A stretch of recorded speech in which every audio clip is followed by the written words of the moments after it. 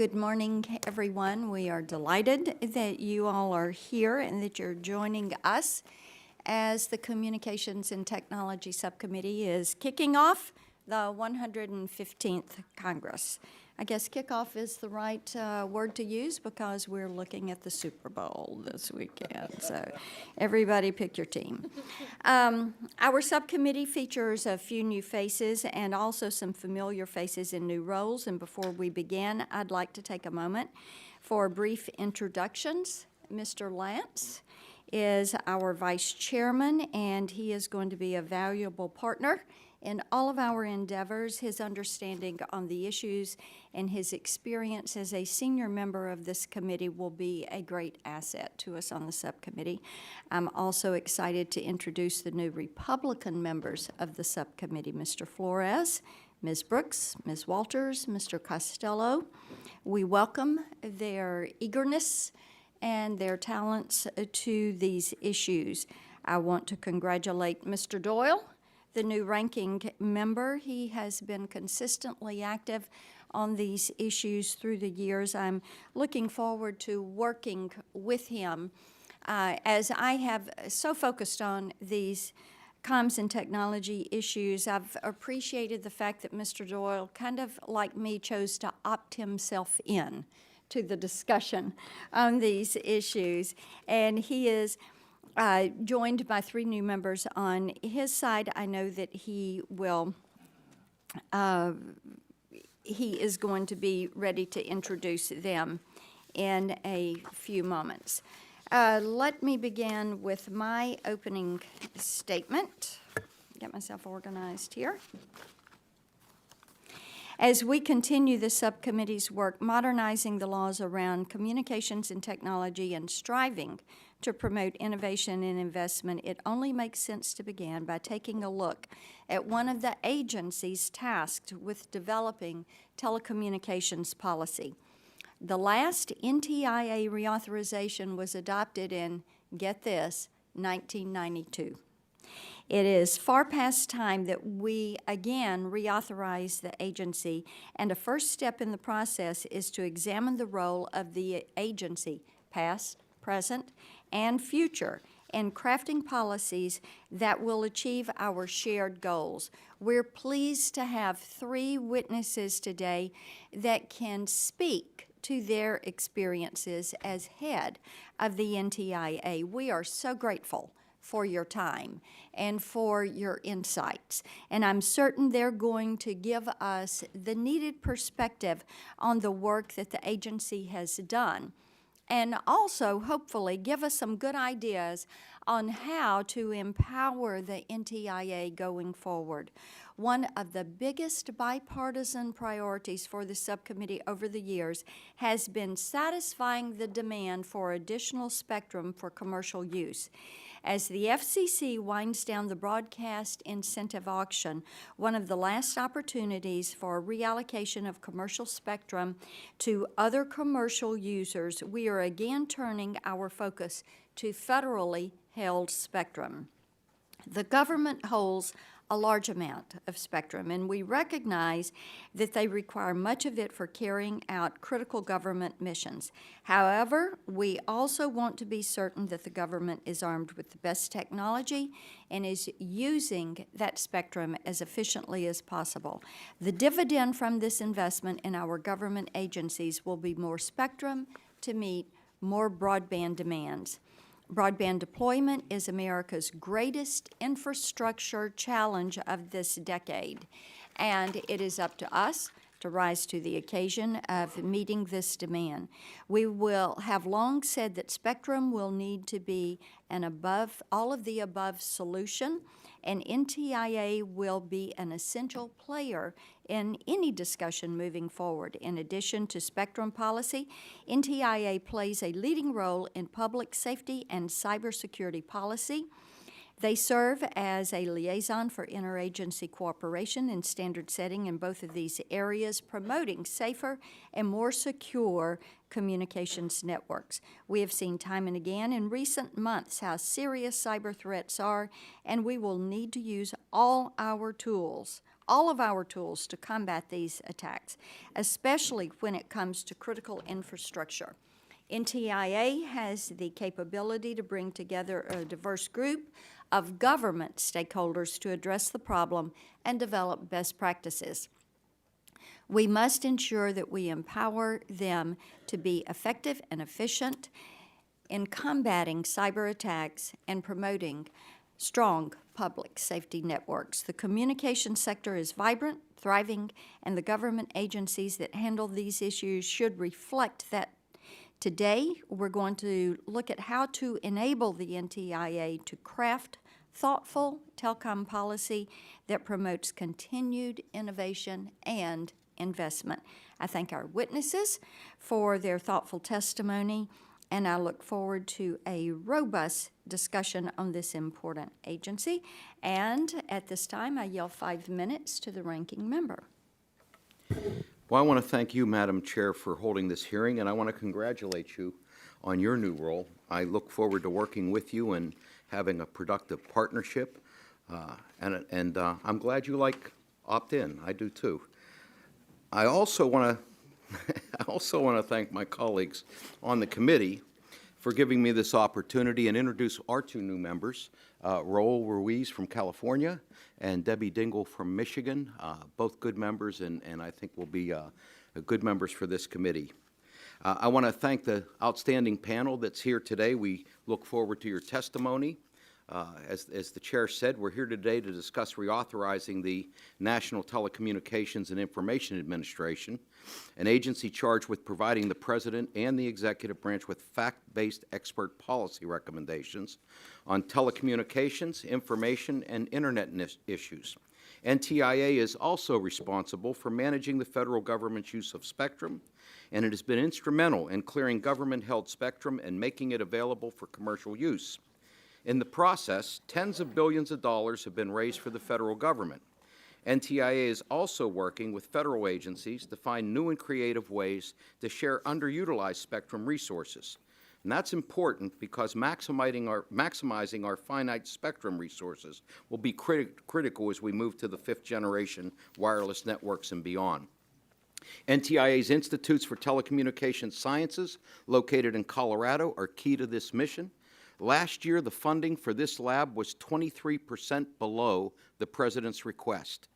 Our lack of investment here could have serious implications for this agency's ability to accomplish its mission. We want to ensure that this agency has the authority, the tools, and the personnel it needs to do its job.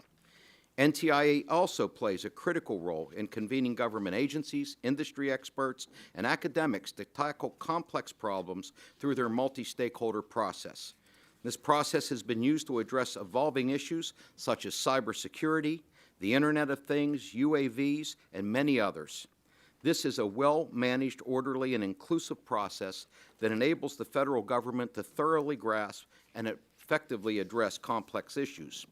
And more than that, this agency has repeatedly proved its worth beyond just clearing spectrum. Under the leadership of our panel, NTIA ran the DTV Converter Coupon Program and the BTOP program to deploy broadband infrastructure and stood up FirstNet, the Public Safety Broadband Network Authority. They have learned valuable lessons along the way.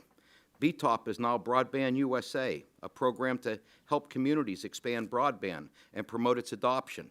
My hope is that as we talk about infrastructure investment in this country, we look to agencies like NTIA, which have extensive experience in this area, to help manage and direct these investments for our future. My hope in reauthorizing NTIA is that we empower this agency to continue doing its job and that they continue to have a seat at the table and continue to provide fact-based advice to the President and others. Madam Chair, I'd like to ask unanimous consent to enter this letter from the Electronic Privacy Information Center into the record. So ordered. Thank you, and I would like to yield the remainder of my time to my colleague, Ms. Matsui. Thank you very much, Mr. Doyle, for yielding me time. Today's digital economy demands that we bolster the invisible infrastructure supporting wireless connectivity. Spectrum is the building block for innovation. Working with NTIA, we made significant progress in the last 8 years to free up federal spectrum for commercial use. Congressional oversight and cooperation from the administration was critical. As a result, we made 300 megahertz of spectrum available for the wireless broadband. We must have continued leadership from both branches of government, including leaders at the agencies like the Department of Defense, to expand this progress. We all know there is much more work to be done. The United States must lead the world in 5G, and I look forward to working with my colleagues to free up more of our nation's airwaves for the wireless economy. We've always been a nation of innovators, and our spectrum policies should be no exception. With that, I yield back to the ranking member. Gentleman yields back his time. Chairman Walden is not here for his opening. Is there any member that would choose to take a portion of his time? Then let me reserve that in case he makes it up. And at this time, Mr. Pallone had requested time. Is that not correct? Could I claim his time to yield to one of our members? Absolutely. You can claim the time and yield. Thank you, Madam Chair. I appreciate it. Is there any member of the subcommittee that, that would like to have time? Yes, I'll yield to Mr. Ruiz. Thank you, Chairwoman and Ranking Member. In today's digital age, access to broadband internet is not a luxury. It is a great equalizer that gives millions of Americans the opportunity to pursue their education, find a job, and achieve their dreams. But the fact is, there are severe disparities in the deployment of broadband in my district and across the U.S., felt most acutely in rural areas and on tribal land. The National Telecommunications and Information Administration, or NTIA, has been instrumental in closing this digital divide, and I am pleased to be here today to discuss how we can build upon their successes to better serve our constituents. In particularly, I want to highlight NTIA's Broadband USA initiative, launched in 2015, which empowers local communities and tribes to expand their broadband capacity and promote broadband adoption through online and in-person technical assistance, regional workshops, and guides and toolkits with best practices for achieving success. This is a program that supports local solutions supported by evidence-based best practices and technical assistance, and is a model that we should all be able to support. I thank the ranking member again for the opportunity to speak briefly about this critical program and look forward to working together with the members of this subcommittee to find solutions that move our nation forward into the digital age. Thank you, and I yield back. Thank you. I'd like to yield some time to Ms. Dingell, too. Thank you, Ranking Member, for yielding to me, and I'd like to thank the Chairman for holding this hearing today. I know this subcommittee oversees much of the new technology that's reshaping our great nation, and NTIA in particular has helped usher in this new era of connectivity through its work supporting broadband deployment and clearing our airwaves. Every day, new high-tech marvels are unveiled, including connected and automated vehicles, which I care a great deal about, which have the promise of reducing energy consumption and saving lives on the roads. The continuing technological revolution is creating many new jobs and bringing other benefits to society. But for all the good this innovation brings to consumers in our economy, we have to ensure that no American's left behind in this new technological era. As this transition occurs, we've got an obligation to use every tool at our disposal to create jobs and get people back to work. We're going to need to train Americans for the new jobs that need filling, and if any agency is up to the task of helping to solve this problem, I know NTIA is. Keeping Americans on the jobs is critical to this new economy. It's going to be a major focus for me on this subcommittee. Thank the ranking member and yield back the time. Thank you. Does anyone else seek time? Mr. McNerney? Well, again, I thank the ranking member. The NTIA is the agency that's going to be advising the president on internet policies, on privacy and security. These are really important functions, especially in the age of our Internet of Things, the IoT. So I really advocate for a strong agency that has the resources to do the research and to develop policy recommendations that will make the internet more competitive and will keep America's lead in internet activities and in telecommunications activities. So we have a couple of issues like the broadband map, I think, which needs to be updated so that we have the proper information. Security and privacy, very, very important. I've worked with the chairwoman of this committee on this issue, and I look forward to working with you again on that. But again, I advocate that we have a strong NTIA to help us move forward, working with the administration. Gentleman yields And I'll back. go back. I yield back. Thank you. And this concludes our member opening statements. I do remind all members that you've got 5 days for submitting those opening statements. They're all going to be made a part of the record, and we know that several of our members are on the member bus coming back from the prayer breakfast, and they are not here at this time. We want to thank our witnesses for being here with us today and for taking their time and for submitting that testimony early. That's always a good thing. Our panel features 3 witnesses who are testifying today in their capacity as former administrators of the NTIA. They are the Honorable John Newer, who served as the Assistant Secretary of Commerce for Communications and Information and Administrator of NTIA from February 2006 to November 2007. Welcome. The Honorable Meredith Atwell Baker, who served as the Acting Assistant Secretary of Commerce for Communications and Information and Acting Administrator of NTIA from November 2007 to January 2009. Welcome. And Ms. Anna Gomez, who was the Acting Assistant Secretary of Commerce and Acting Administrator of NTIA from February 2009 to June 2009. Ms. Gomez continued to serve the NTIA as Deputy Assistant Secretary and Deputy Administrator of NTIA until 2013. We appreciate all of you, each of you being here today and preparing for this. We will begin the panel with you. Mr. Newer, you are now recognized for 5 minutes to give an opening statement. Thanks very much. Good morning, Chairman Blackburn, Ranking Member Doyle, members of the committee.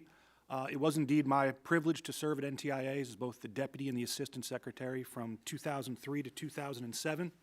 Since that time in private life, I have served as a board member, a consultant, and an advisor to various companies and institutions that have an interest in telecommunications and technology markets. But I want to stress I'm here today in my personal capacity, and all of my views are my own.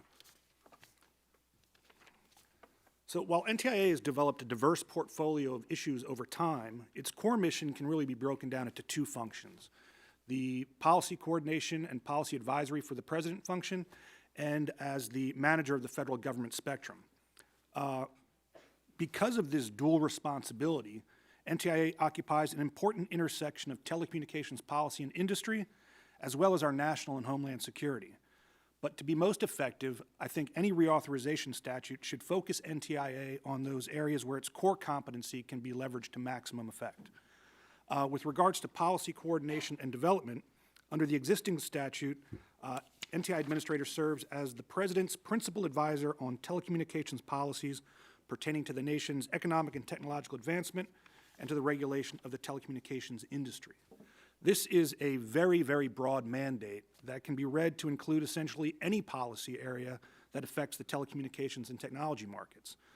However, in my experience at NTIA, I think it's at its most effective when it focuses its policy coordination efforts on those areas of its unique responsibility, namely this intersection of commercial and government interests. Now, one very obvious example is with regards to cyber. Cybersecurity is an issue that cuts across commercial interest as well as very important government equities. By providing the perspective of industry and the experience that NTIA has there into the interagency process, NTIA can help bridge the gap between the executive branch interests and the executive branch entities that have national and homeland security responsibilities and the key private sector interests that also support our collective cyber defenses. Similarly, NTIA can serve as a conduit from government agencies with cyber experience back into the private sector, so they have that information flow as well. With regards to spectrum management, I think as Secretary-Designate Ross stated in his confirmation hearing testimony, the Department of Commerce has to work with cabinet departments to free up more spectrum to meet our critical demand for broadband. And it's not just broadband, but it's also autonomous vehicles, the Internet of Things, the range of spectrum-dependent industries that are proliferating across the economy all have spectrum demand, and we need to manage that properly. But this doesn't have to be a zero-sum transaction where industry's gain is agencies' loss. With thoughtfully crafted policies, cabinet departments and agencies benefit both from commercial industry technological developments that produce not only spectrum efficiencies, but also new mission-critical capabilities for government services. And then the revenue from spectrum auctions can also be used to fund these critical government facilities and ease budget pressure. Because of its exposure to both industry and government agencies, NTIA can help ensure that the spectrum relocation results in both positive benefits for industry and the government. And I think it's been mentioned by multiple comments, the ITS labs in Boulder can also help with cutting-edge research in that regard. There are, however, limits to NTIA's authority. As a sub-cabinet agency in a signal department, it's beyond NTIA's authority to dictate to other cabinet departments their spectrum and capital budget allocations and resources. However, there is one section of the existing authorizing statute that I think should be examined for potential clarification in any further future reauthorization.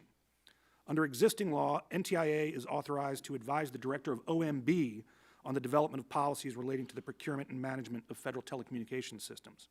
In the past, this authority has been effective in combining NTIA's expertise with OMB's government-wide authority to promote spectrum efficiencies. I think there's untapped potential in that relationship. So again, I appreciate the opportunity to testify, and I'll remain available to the committee as you consider the authorization of this agency, and I'll look forward to any questions. I thank you, and Ms. Baker, you're recognized 5 minutes. Terrific. Good morning. My name is Meredith Atwell Baker, and I'm President and CEO of CTIA. I first wanted to offer my congratulations to both Chairman Blackburn and Ranking Member Doyle on your new roles. We applaud your long-standing commitment to ensuring that all Americans have access to global leading communications. As the head of an association that cares deeply about spectrum policy, and as a previous acting administrator of NTIA, it is an honor to be a witness at this subcommittee's first hearing. Your focus today on the reauthorization of NTIA rightfully underscores the importance of this organization to so many of our shared and bipartisan objectives. Serving alongside my colleagues at NTIA was a distinct honor. I have the highest opinion of the talented, extremely talented, and surprisingly small staff. From the digital television transition that I helped lead to the AWS-1 and AWS-3 auctions they helped enable, NTIA plays a critical role in our nation's communication future, in close collaboration and with guidance from this committee. While NTIA serves many important functions, I want to focus my remarks on spectrum. As a nation, we need to have advanced communication networks to support mission-critical government programs, and we need to continue to lead the world in commercial wireless services. NTIA plays a unique role seeking out win-win situations for government and commercial users. They leverage new technologies and auction revenues to provide government agencies more efficient and effective systems. In doing so, they provide our industry with access to critical new spectrum to better serve all of us. I hope this reauthorization process can help empower NTIA to advance its mission and ensure government and commercial users have the communications resources they need. I believe we can benefit from the lessons learned from prior reallocation efforts to strengthen NTIA's role. First, we should ensure that NTIA has the technical resources and expertise it needs to serve as an impartial mediator of future spectrum disputes. For example, I hope we focus on NTIA's engineering lab, ITS, and its ability to do cutting-edge research with both government and commercial partners. The lab has always played an important role in AWS-1 and AWS-3 reallocation efforts. Similarly, NTIA should be able to provide agencies with the R&D support needed to evaluate potential sharing and reallocation efforts. Hand in hand with those technical resources, NTIA would benefit from greater transparency tools to better hold agencies accountable for their spectrum use and to simplify this committee's important oversight role. In my mind, given the importance of our sector to the economy, It is also overdue to elevate the NTIA administrator to an undersecretary level to better reflect their role as the President's principal advisor on communications.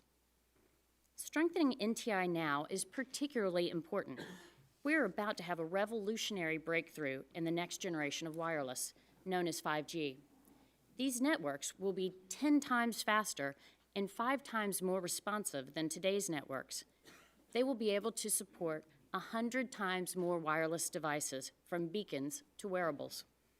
And that will unlock powerful benefits in communities of all sizes, from Clarksville, Tennessee to McKeesport, Pennsylvania. America's wireless industry is ready to make significant new investments to bring these benefits to communities all over the country. One recent study estimates that wireless operators will invest $275 billion over the next decade to deploy 5G. That investment is projected to create a new 5G job for every 100 Americans, 3 million total jobs. In local communities, increased 5G connectivity will mean officials can more quickly respond to emergencies. It will make our roads safer. Smarter energy solutions will lower our monthly bills. And mobile healthcare systems will instantly connect patients with doctors. The speed with which these benefits reach all Americans will largely depend on decisions made here in Congress, at NTIA, and at the FCC. We need an infrastructure policy to support denser networks with new small cells, hopefully a future topic for another hearing soon. And we need a plan for 5G spectrum with a clear pipeline of new commercial spectrum under NTIA's steady hand. The wireless industry is ready to invest in what's next. We hope this committee will continue its record of helping make that happen. Help us create jobs, and most relevant for today, help empower NTIA to provide for all Americans' communications needs. Thank you. I thank you. Ms. Gomez, you're recognized for 5 minutes. Good morning, Chairman Blackburn and Ranking Member Doyle, distinguished members of the subcommittee. Thank you for the opportunity to appear before you to share my thoughts regarding the important work NTIA performs. I had the honor to serve as NTIA's Deputy Administrator from 2009 through March 2013, and a short stint as Acting Administrator as well. I am proud to have served our nation alongside the many committed professionals at NTIA and the Department of Commerce. Given technology's large and growing contribution to our broader economy, sound policy that supports investment and innovation is critical. NTIA has an important and often underappreciated portfolio in this regard. First and foremost, Congress, and through this committee's efforts, in 1992 enshrined NTIA's authority to serve as the President's principal advisor on telecommunications. As such, NTIA is responsible for formulating the administration's telecommunications and information policy, a role that has grown in importance and breadth with the evolution of our digital economy. NTIA enables the federal agencies to have access to spectrum to meet their mission needs and has played an integral role in making additional spectrum for wireless broadband uses. NTIA also provides valuable research and analysis to inform efforts to identify additional spectrum efficiencies and potential opportunities to increase spectrum access for all users. With increasing demand for wireless technology showing no signs of abating, the need for an experienced and knowledgeable manager of our federal agency's spectrum resources is ongoing. NTIA also plays an important role in developing internet policy. American businesses in the digital space, both large and small, depend on an online ecosystem that has the confidence of all users. NTIA should continue convening multi-stakeholder processes to address policies that affect the internet. And it's also very important that NTIA be at the table in policy discussions, both domestically and internationally, related to practices that may affect the digital economy, and that it continue its strong voice in the Internet domain name system. NTIA has also focused on increasing broadband access and adoption. The Broadband Technology Opportunities Program helped build lasting projects that increase access and adoption of broadband throughout the country. NTIA also co-chairs the Broadband Opportunity Council, an interagency effort to produce recommendations to increase and to remove barriers to broadband deployment, competition, and adoption. And through its Broadband USA program, NTIA sponsors a series of publications, webinars, and conferences designed to help stakeholders overcome broadband access and adoption obstacles. NTIA also helps ensure that the nation's telecommunications resources adequately support the needs of public safety. NTIA administers grants to promote Next Generation 911 and works with FirstNet, an initiative that is near and dear to my heart. I believe strongly in its mission to provide broadband services to all first responders. NTIA also works with NIST on the Public Safety Communications Research Program, whose laboratories provide research, development, testing, and evaluation to foster nationwide interoperability in communications. These highly valuable programs will help provide the nation's public safety the technology they need to keep their communities and themselves safe. In conclusion, NTIA should continue its important role coordinating federal policies in areas such as spectrum, broadband, internet policy, public safety, and research. In an area like technology policy, where there are many agencies with overlapping jurisdiction, it is critical to have an agency like NTIA to shepherd interagency activities and to bring some thought and rigor to priorities and interagency coordination so there is less duplication of effort. One example is with policies regarding the Internet of Things. Myriad agencies have oversight over different components of the IoT. IoT implicates spectrum policy, cybersecurity, privacy concern, among others. In the absence of a central approach to governance, we risk having inconsistent and burdensome requirements. NTIA can and should play an important role in convening and guiding the numerous agencies and ensuring consistent federal policies that promote innovation. NTIA also should continue its efforts to identify barriers to broadband deployment and to push interagency efforts to streamline processes or eliminate requirements that slow down that deployment. In addition, NTIA is well positioned to manage any grants or other infrastructure funding that would promote broadband access and adoption. Any new program would benefit from the NTIA's prior expertise and experiences. I want to thank you again for allowing me to share my thoughts with you this morning, and I look forward to answering any questions you may have. Gentlelady yields back, and we thank you all for being here. We will now move to questions, and Mr. Newer, I would like to begin my 5 minutes of questions with you. As I've reviewed the testimony from each of you, and we have looked at the number of different funds, and you alluded to this in your testimony, and all of you did actually, how it is spread out over different agencies. And I know Commissioner O'Reilly at the FCC has also commented on his concerns with the way sometimes we don't have one hand knowing what the other hand is doing, or the agency across the street hasn't coordinated. And so, as you were saying, Ms. Gomez, you end up with this duplication of effort. What I'd like to hear from you is how best can NTIA work to coordinate those funds? And you touched on this when you talked about advising the OMB director. And then what would you propose for them as they look to coordinate those funds and utilize those dollars to the maximum? Sure. I think, as you pointed out, and as Commissioner O'Reilly pointed out, lack of coordination is a fundamental challenge and problem where you've got so many different pools of money under different control. But I think there's also not just different institutions managing these pools of money. They sometimes have slightly different views and agendas. So some of these pools of money are for loans versus some are for grants. Some are focused on underserved areas versus unserved areas. I think the path is, and particularly as you consider reauthorization of NTIA, taking a broader look and collaborating with other committees of jurisdiction, working with the executive branch, working with OMB, to the extent possible to bring these under a single area of planning and oversight, so that the money that we are spending is focused, it's accountable, it gets to with the highest priority on on unserved areas, places that really have no opportunity to take part in the broadband economy, whether it is tribal lands or very rural areas. but a consolidation and coordination of effort. And I don't know if it'll be possible to make it a singular place of focus, but the challenge is going to be to tighten it up as much as it can possibly. Okay, so singular point of focus, if that's the goal, then is NTIA the best place to house that?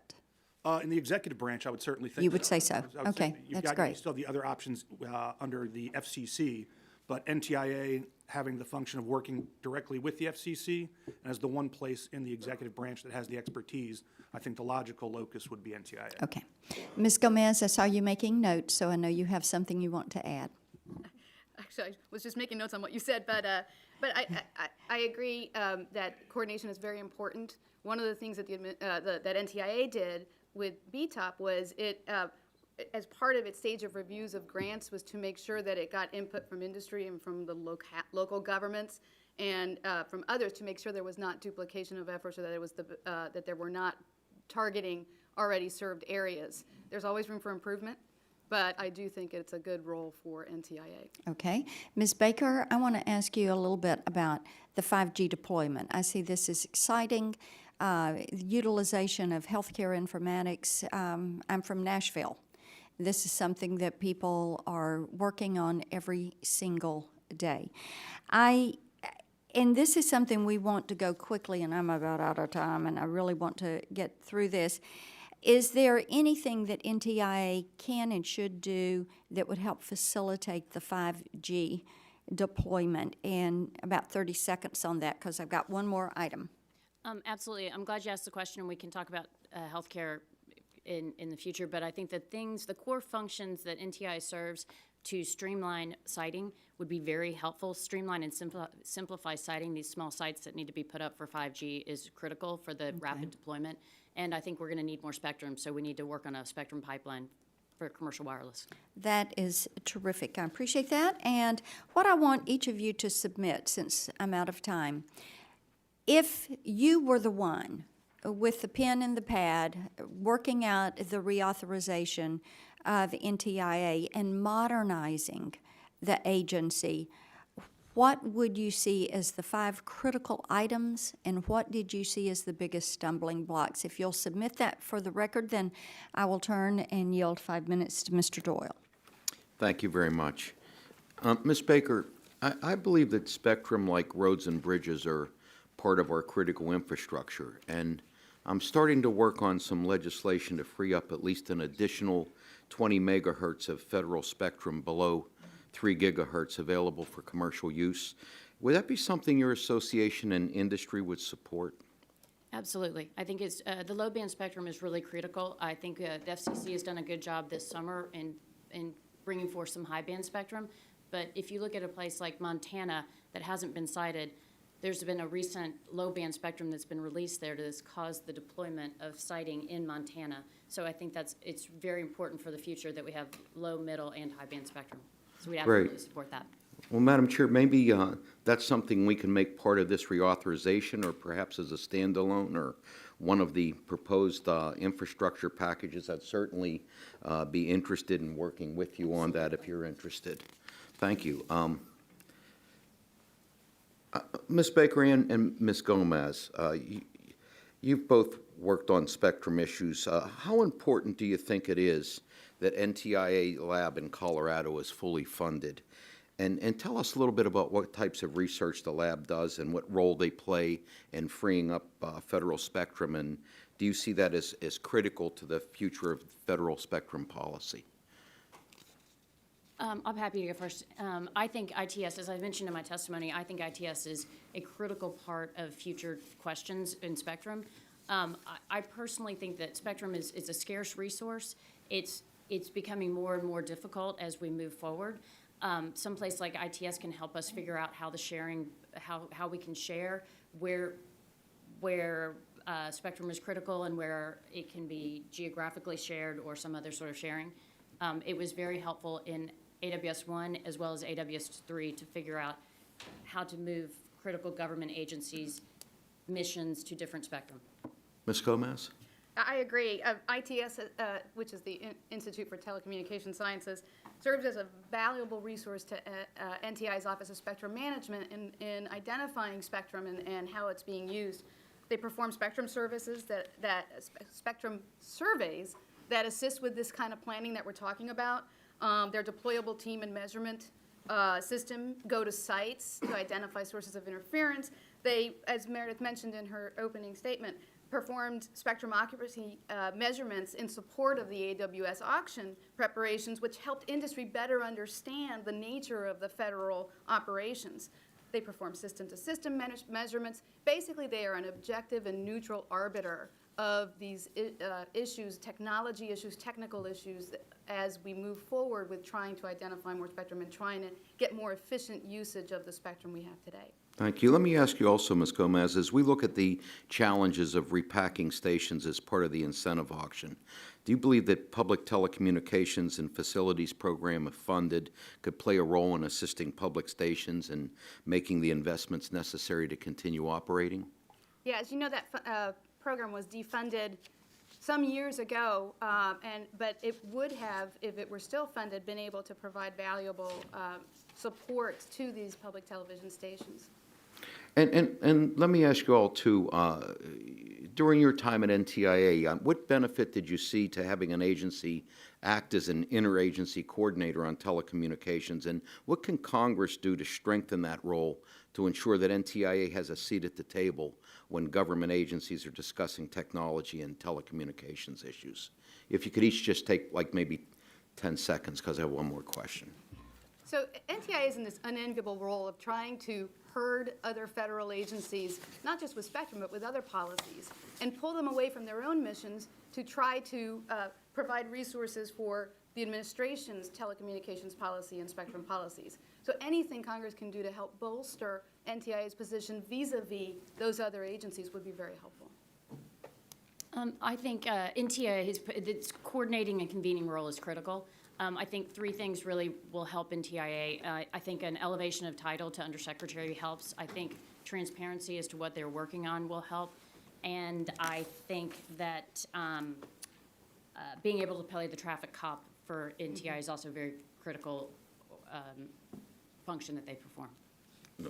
And let me just close by saying that, Ms. Baker, I received a letter from not only your association, but several associations, and I know this isn't relative to NTIA reauthorization, but asking us to use the Congressional Review Act to repeal FCC's privacy order. I just want to say for the record that I was disappointed to get that letter from these associations, and that you would urge Congress to use such a blunt and untested tool to remove privacy protections for hundreds of millions of Americans. I think there's a better way to work on that issue, and I look forward to doing that with you. Thank you, Madam Chair. Mr. Lance, you're recognized for 5 minutes. Thank you very much, Madam Chair.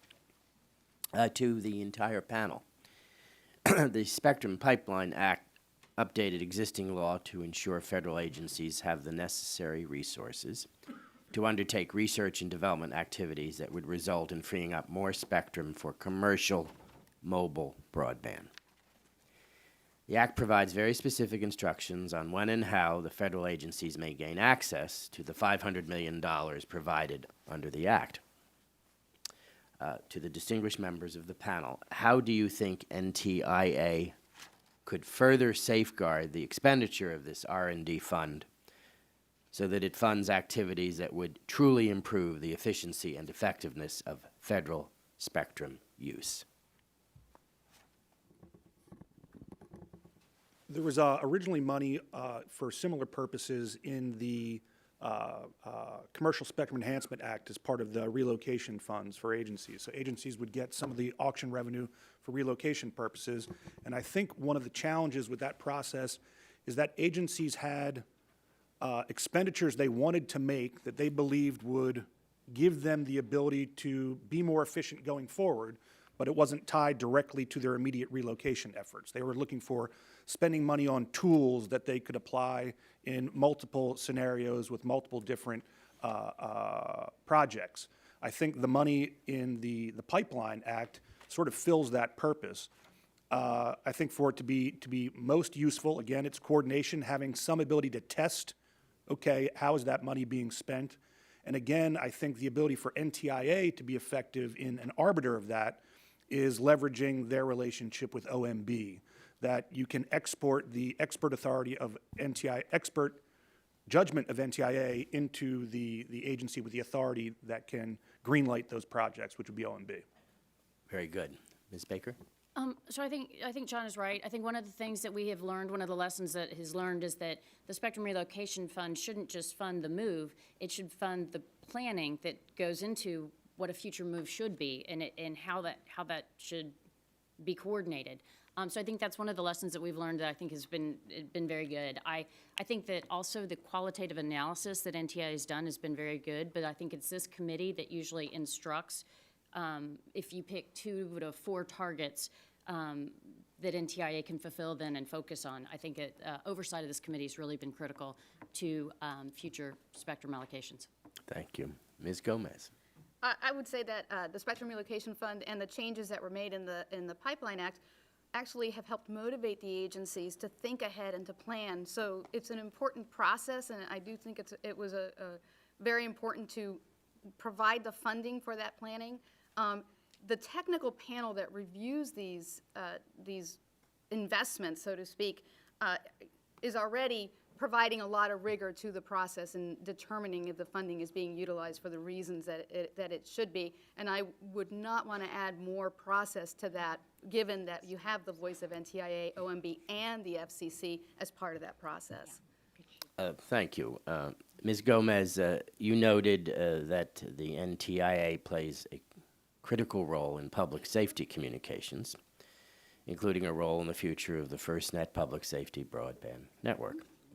NTIA's role in public safety communications and in the FirstNet is relatively new. The last time NTIA was authorized, there wasn't a FirstNet. Given that fact, on what should we focus as we reauthorize NTIA regarding this critical component moving The NTIA forward? works with FirstNet. FirstNet is an independent agency, but it's housed within NTIA. And then NTIA has some responsibilities that go hand in hand with FirstNet's responsibilities. It is the one that approves or provides grants to the states. If states decide not to participate in the FirstNet deployment, then NTIA is the one that will run that process. And they will also be the ones that approve spectrum leases for any states that choose not to participate in the nationwide, in the FirstNet deployment within the state. So I think that NTIA will continue to have responsibilities to its overseers to respond to its particular role within the larger endeavor. It needs to support FirstNet to the greatest extent possible. It's a large undertaking. It's unprecedented. So this committee's oversight and support would be very important to it. Thank you very much, Madam Chair. I yield back 2 seconds. Way to go. We're running on time today. Mr. Loebsack, 5 minutes. Thank you, Madam Chair. I do want to thank the subcommittee for holding this hearing today and thank the witnesses for your export testimony regarding the important role NTIA has to play in our nation's technology policy. And again, I note that I can't believe it's been since 1992, although knowing how Congress works, I guess it's not surprising. But so many things have changed since that time, and so I really appreciate the chair's request that you provide in writing those 5 items about regarding modernization. I think that makes complete sense, and then we can all have access to that, so we know what we're talking about. Because so many things have changed, as Mr. Lance just said. With respect to FirstNet, we didn't really have any of that in 1992. We didn't have a lot of things in 1992. But I also want to make sure that I emphasize that when we do the reauthorization, assuming that we get there, and that may be a big assumption, but when we get there, make sure that we have the funding, that we provide the funding for that reauthorization too, because just going briefly over what NTIA does, there's just so much that it does, and so the funding is going to be absolutely necessary. I'm from Iowa, southeast Iowa. I continue to harp on rural broadband. I'll do that until my dying days, no doubt, even when I'm not in Congress. And of course, yesterday we had a great rollout of our bicameral, bipartisan rural broadband caucus. we all know that upwards of 40% of rural America really isn't adequately provided for when it comes to broadband and sufficient broadband. And we really know that, obviously, around the country, to be in the 21st century, we have to have that kind of coverage out there in rural America. Rural America simply will not survive, let alone thrive, if we don't have broadband. Everybody on this committee knows that. I appreciate even the folks who are from the urban areas here who do support this extension of rural broadband, expansion of rural broadband. But there's been a lot of talk on the infrastructure front, as we know, with the new president. I think we have bipartisan support for significant infrastructure improvements around the country, and we're talking perhaps as much as $20 billion for broadband development.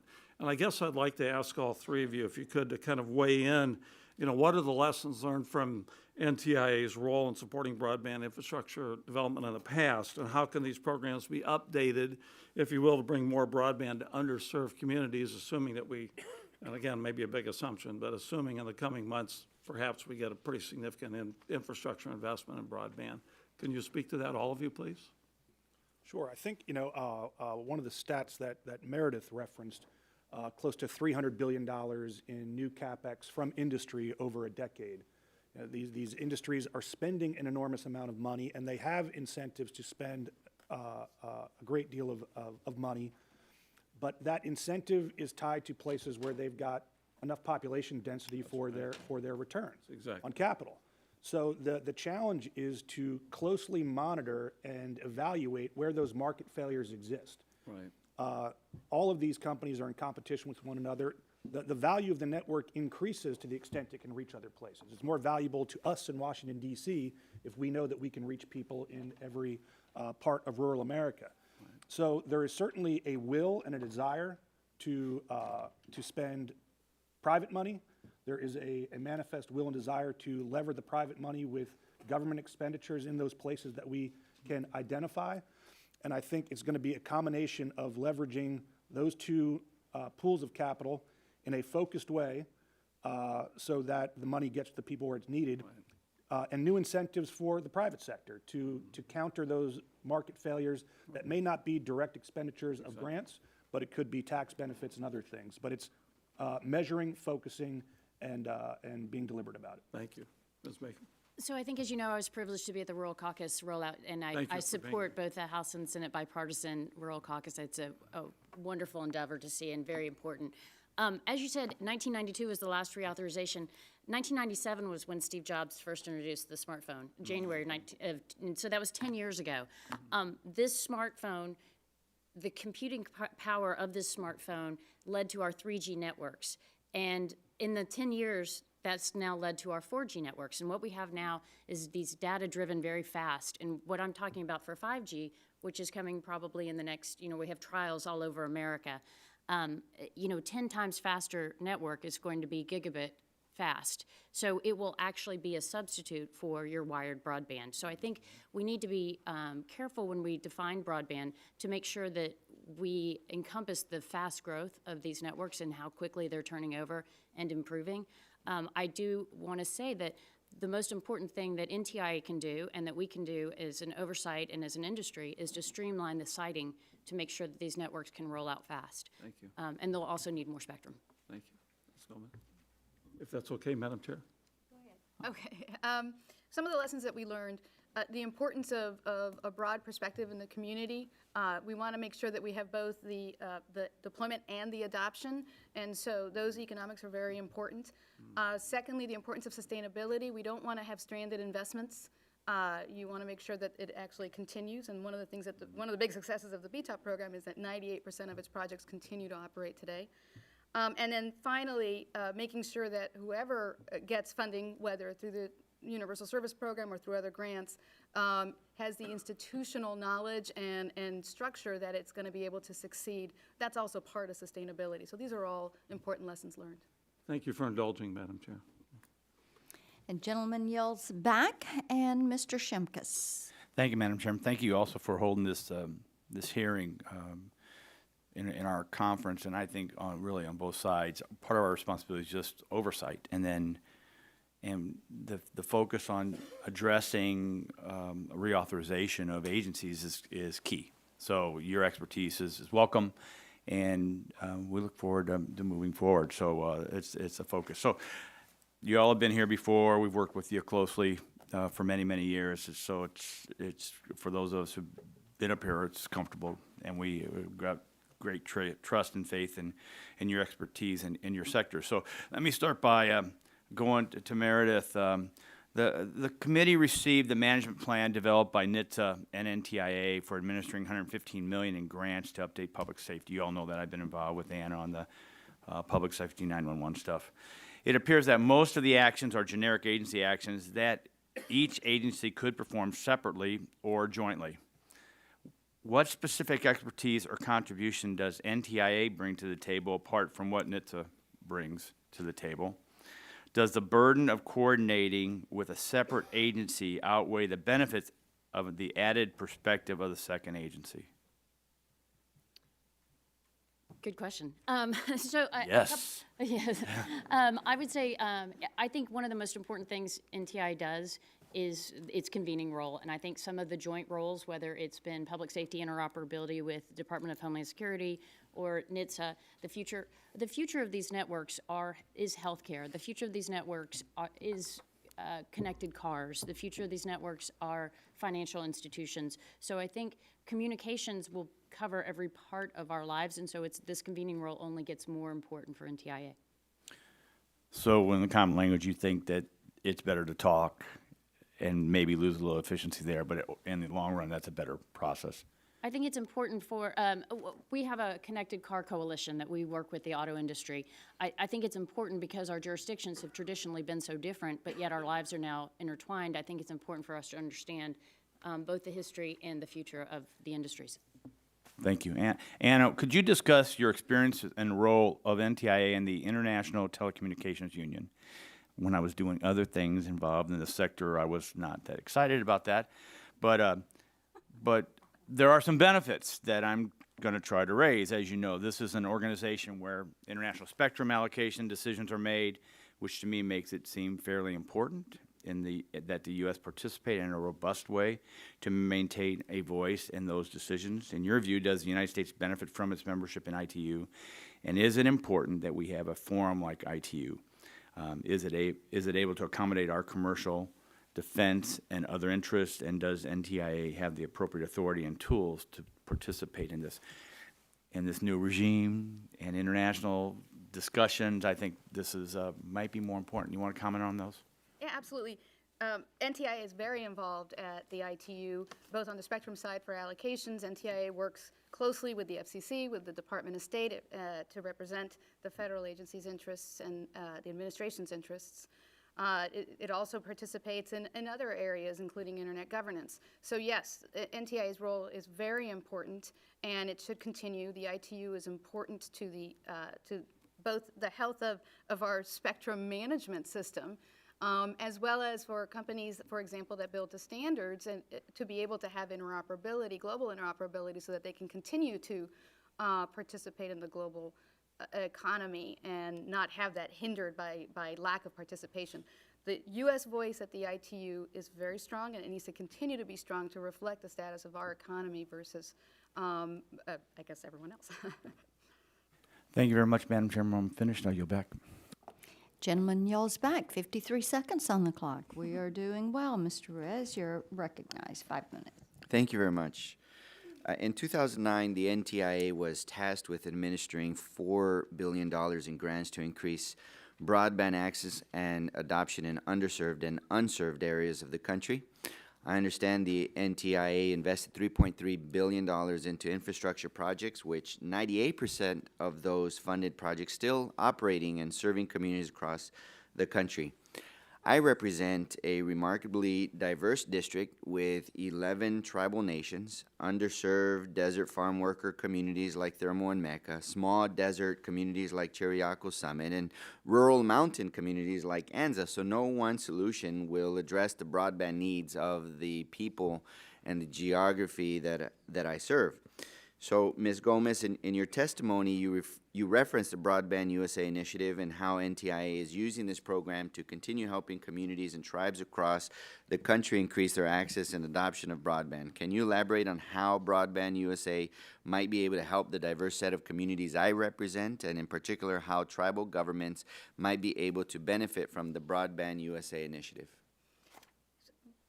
What NTIA did was, as it starts winding down its BTOP program, it has this staff that has this great expertise and knowledge now in both how to deploy infrastructure in unserved and underserved areas, including tribal areas, as you mentioned, and also how to ensure adoption, because if we build it and they don't come, that's not a good thing. So we have this great staff now that has this technical expertise. So their goal is to provide as much technical assistance as possible. How does a tribe or a school district get this support? Like, what do they have to do? Well, first of all, NTIA puts together webinars, they put together seminars, they can reach out to NTIA, or NTIA can do the opposite in order to make sure that they go to locations where these tribes are.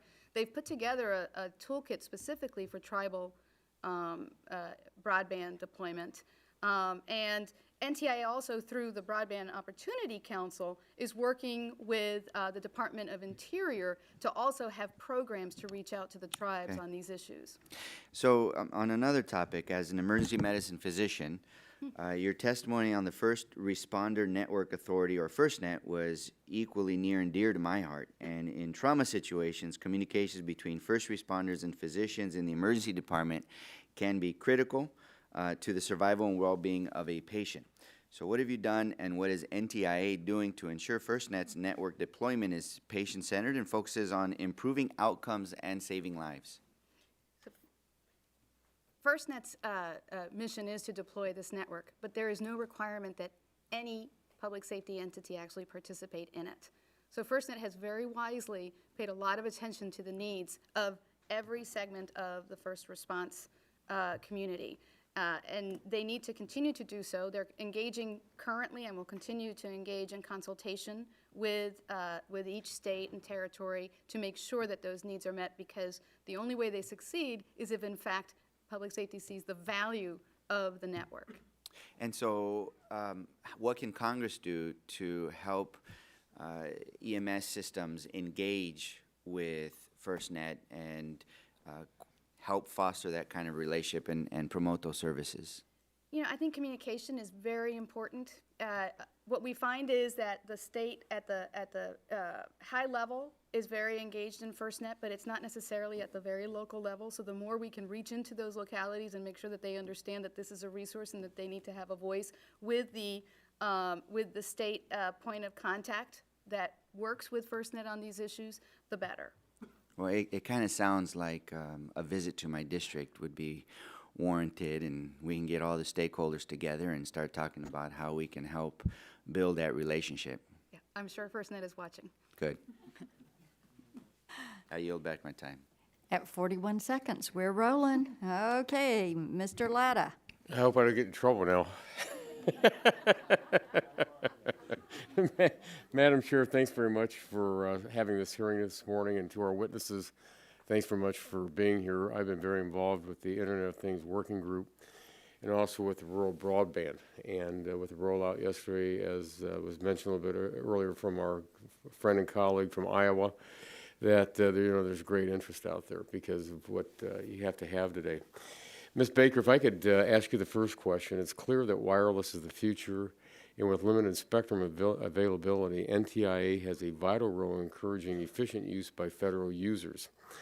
What can NTIA do to ensure that there is sufficient spectrum available for both commercial and federal purposes to meet the needs of our increasing connected world?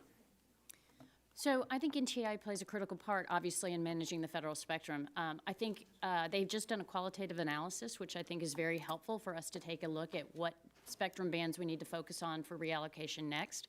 I think the federal government, we now have devised a system where it's a win-win. So the commercial spectrum, the spectrum comes to the commercial providers, but yet the federal agencies get updated systems. it's a terrific tool for federal agencies to update their system to also become more spectrally efficient. I think with the help of this committee, we can identify the next bands so that we can have more commercial spectrum and it can move this process. The FCC did a broadband plan, but that was a while ago. So I think it's time to take a look and see what we need to do for the future and to build a spectrum pipeline. Thank you. Ms. Gomez, you spoke about overlapping jurisdiction among federal agencies, specifically how it relates to the Internet of Things. As I'm sure you are aware, NTIA has already taken an active role in the security of IoT by holding multi-stakeholders process meetings and recently releasing a green paper discussing the possibility of a national IoT strategy.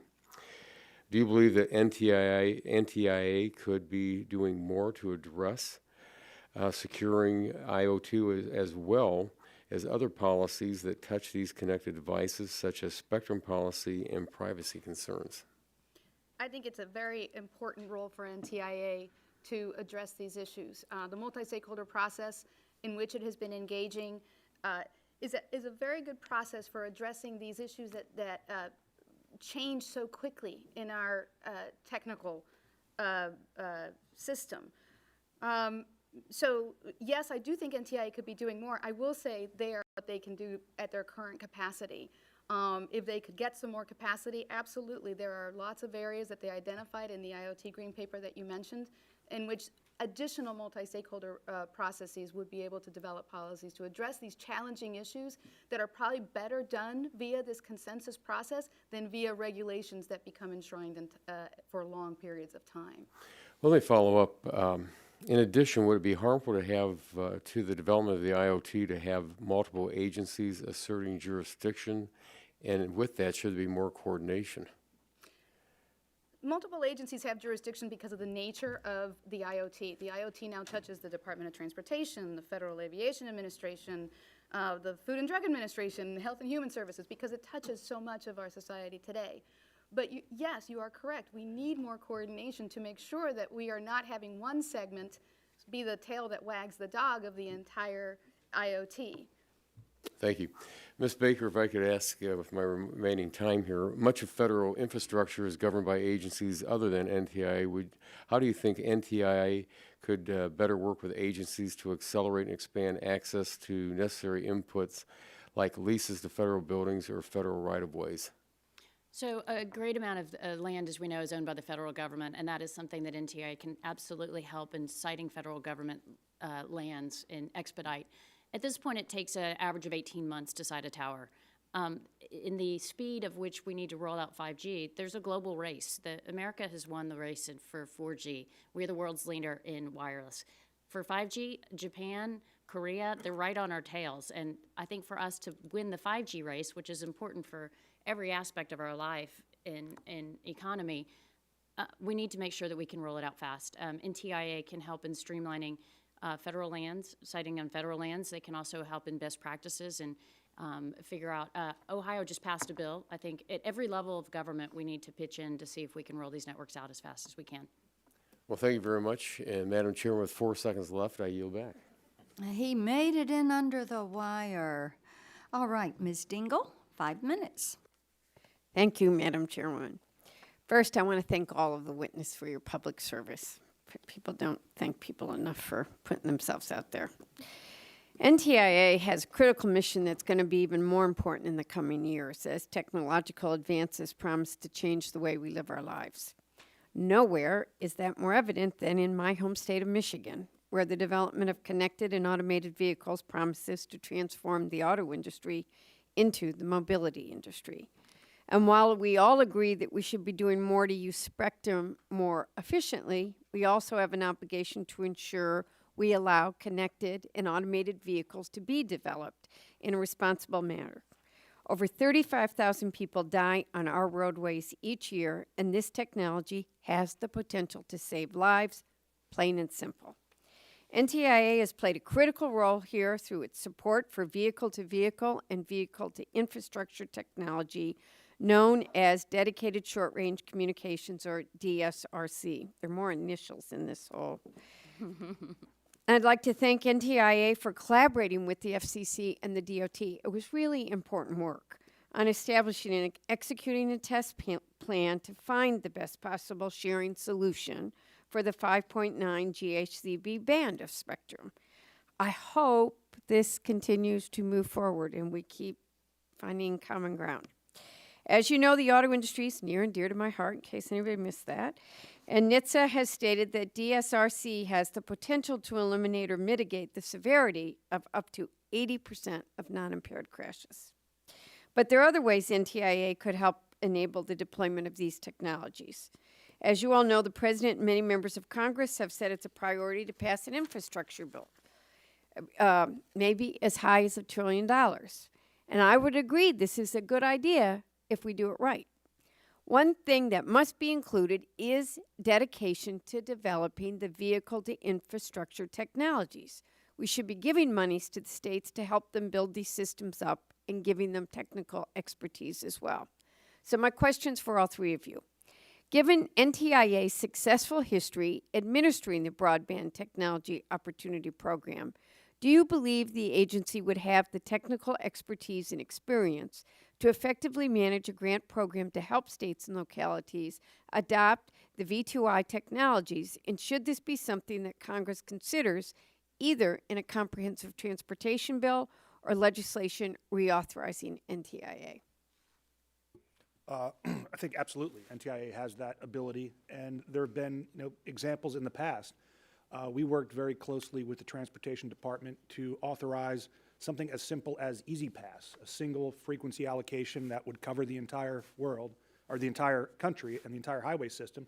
It resulted in probably trillions of hours of saved time with productivity gains across the economy by something seeming so small.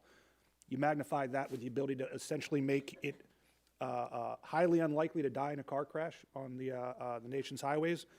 It's not just the technical coordination, but there's also a leadership function of being able to articulate the benefits of this, that this isn't there are huge benefits to the economy and to the nation by doing these things. So I think NTIA is sort of well situated in its dual role, both in the spectrum side and as a communicator of a unified national policy. I think you're going to find agreement here that NTIA has effectively handled every single grant program that this committee has given it. And you have given NTIA a lot of grant programs. The staff is amazing. They have developed expertises in places that I think they didn't think their core mission was to begin with. They have very effectively done a terrific job. It's a fair question for this committee to ask whether they want NTIA to continue in grant programs, and I think that that's a conversation that is worth having. I agree. It's a very nimble staff. It understands the importance of having a strong oversight mechanism and of working closely with other agencies like the Department of Transportation, as well as with state and localities and tribes, in making sure that the grant dollars are stretched to the furthest possible.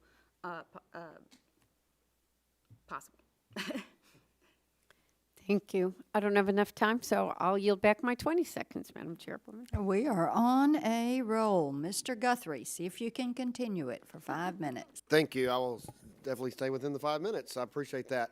Mr. Newer, I want to thanks to everybody for testifying here today, but I want to start with a question regarding top-level domains. In 2013, the Obama administration sided with foreign governments and abstained from a vote at ICANN that led to the rejection of Amazon's application for the .amazon top-level domain, acting directly against the interests of a major American company, which happens to have facilities in my district. Just made a major announcement that they're going to be locating a new part of their business at Cincinnati Airport, which happens to be in Kentucky across the river from Ohio. And a lot of people are constituents of theirs as well. Do you believe it would be appropriate for the Trump administration to take specific steps at ICANN to assist Amazon in its ongoing effort to resolve this matter and right the wrong? Absolutely. I think with the conclusion of the transition of the IANA contracts, without speaking to the substantive decisions of the Obama administration, the United States government can take counterintuitively perhaps a more proactive role in favor of domestic companies. I think there was at some point when the U.S. government had its oversight or its exclusive contractual relationship with ICANN, there was some hesitancy to be perceived as abusing that authority or overplaying that role. With the IANA functions being fully enshrined under control of the private sector, there are all sorts of examples where it is appropriate and wholesome for the U.S. government to collaborate with U.S. companies in front of myriad private and governmental bodies. So I think that's exactly the kind of role that you would expect to see the Commerce Department and NTIA in particular playing in this new environment with the full privatization of IANA. How strong do you believe the U.S. position will be in matters like this when advocating before the Governmental Advisory Committee? I think the comparative advantage the U.S. government has in the Government Advisory Committee is our expertise in the subject, right? We stood up ICANN. We probably have the most dedicated and competent staff to work with the Government Advisory Committee. So while we are a nation of equals, our historic role and our expertise, I think, gives us a comparative advantage. Okay, thank you. And Ms. Baker, one of the themes in your testimony focuses on ways to empower NTIA, especially as the agency has become more important in the spectrum debates.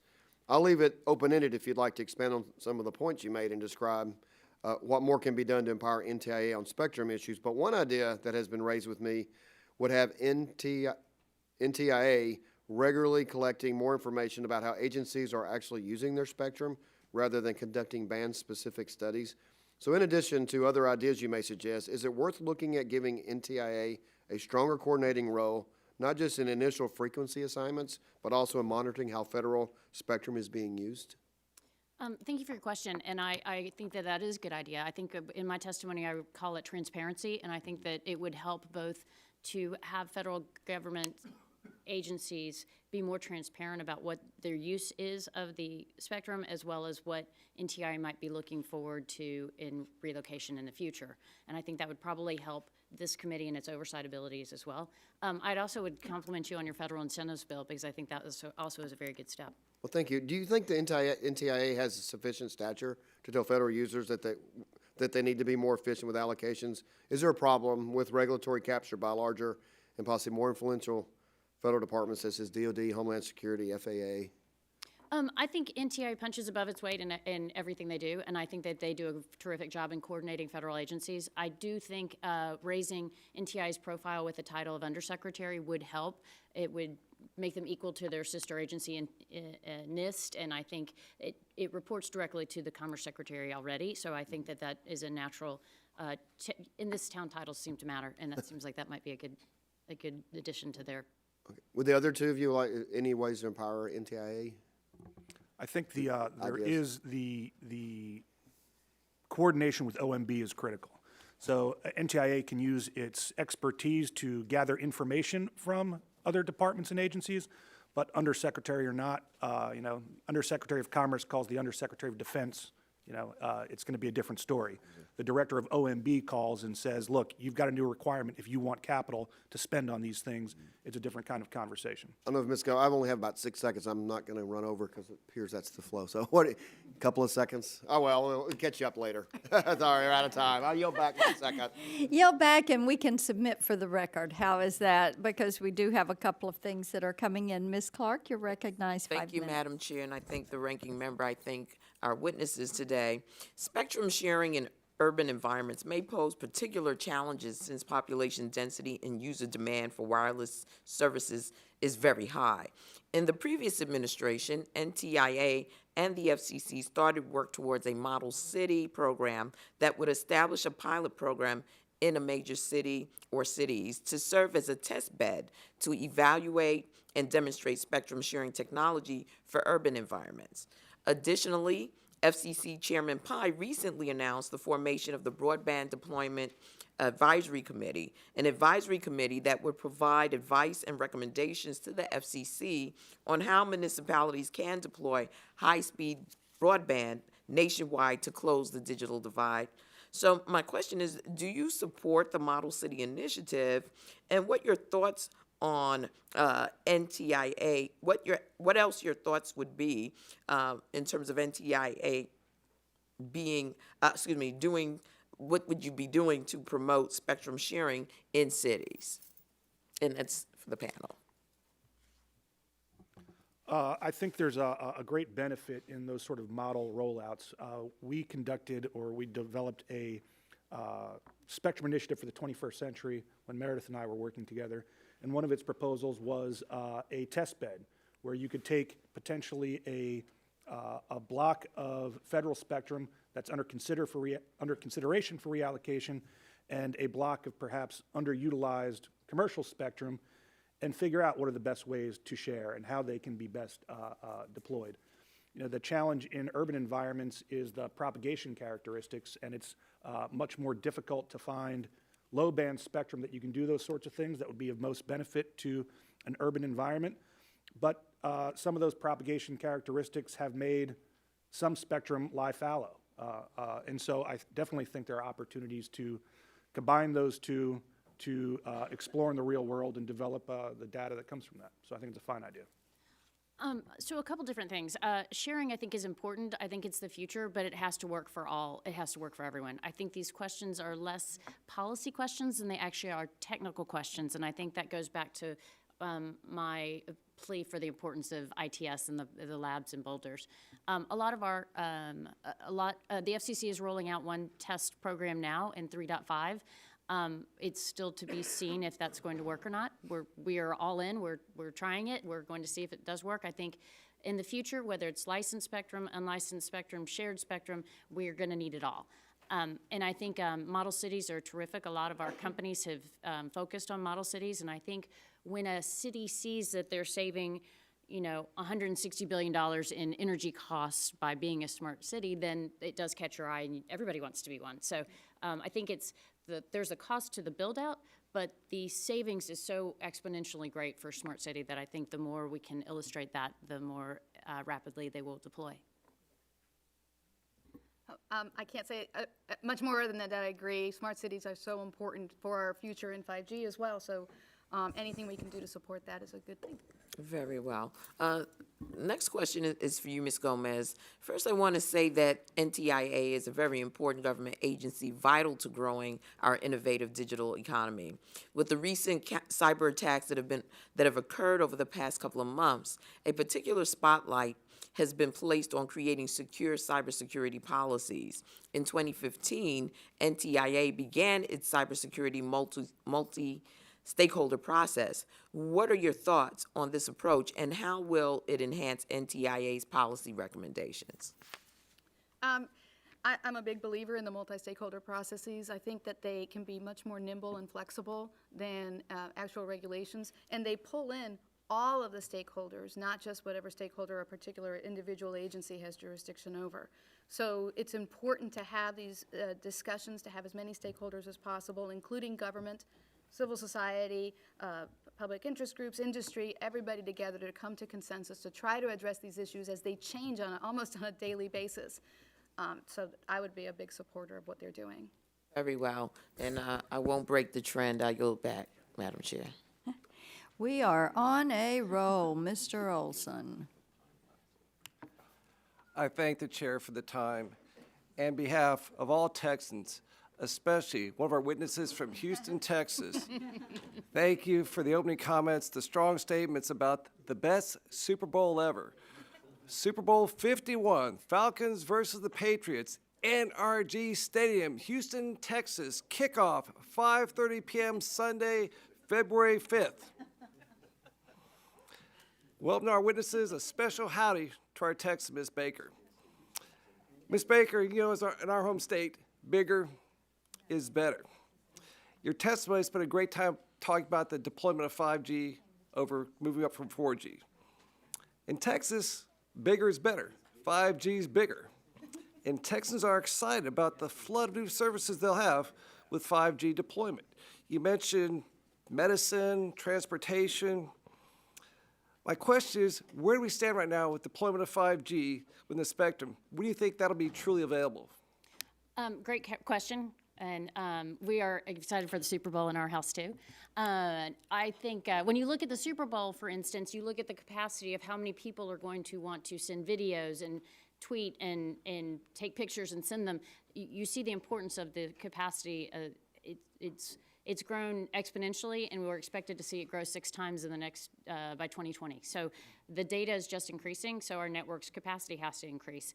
I was in Dallas not too long ago, and we have some trials going on there. I think there are about 17 trials of 5G across the country at this point. Okay. When I first started this job 2.5 years ago, we were not necessarily thinking that we needed 5G. The industry's changed that quickly to now we're seeing the rollout of field trials this year, and I expect that we'll see commercial rollout of 5G by 2020. Great, thank you. You talked about America leading development of 4G. We led the world in 4G, but it appears we're losing some advantages with 5G. In today's global economy, as you know, speed kills. You mentioned we're behind South Korea and Japan. I traveled there with Chairman Upton, Chairman Walden, Mr. Shimkus, Mr. Griffith this past 4th of July. We saw it firsthand. We're falling behind those 2 countries.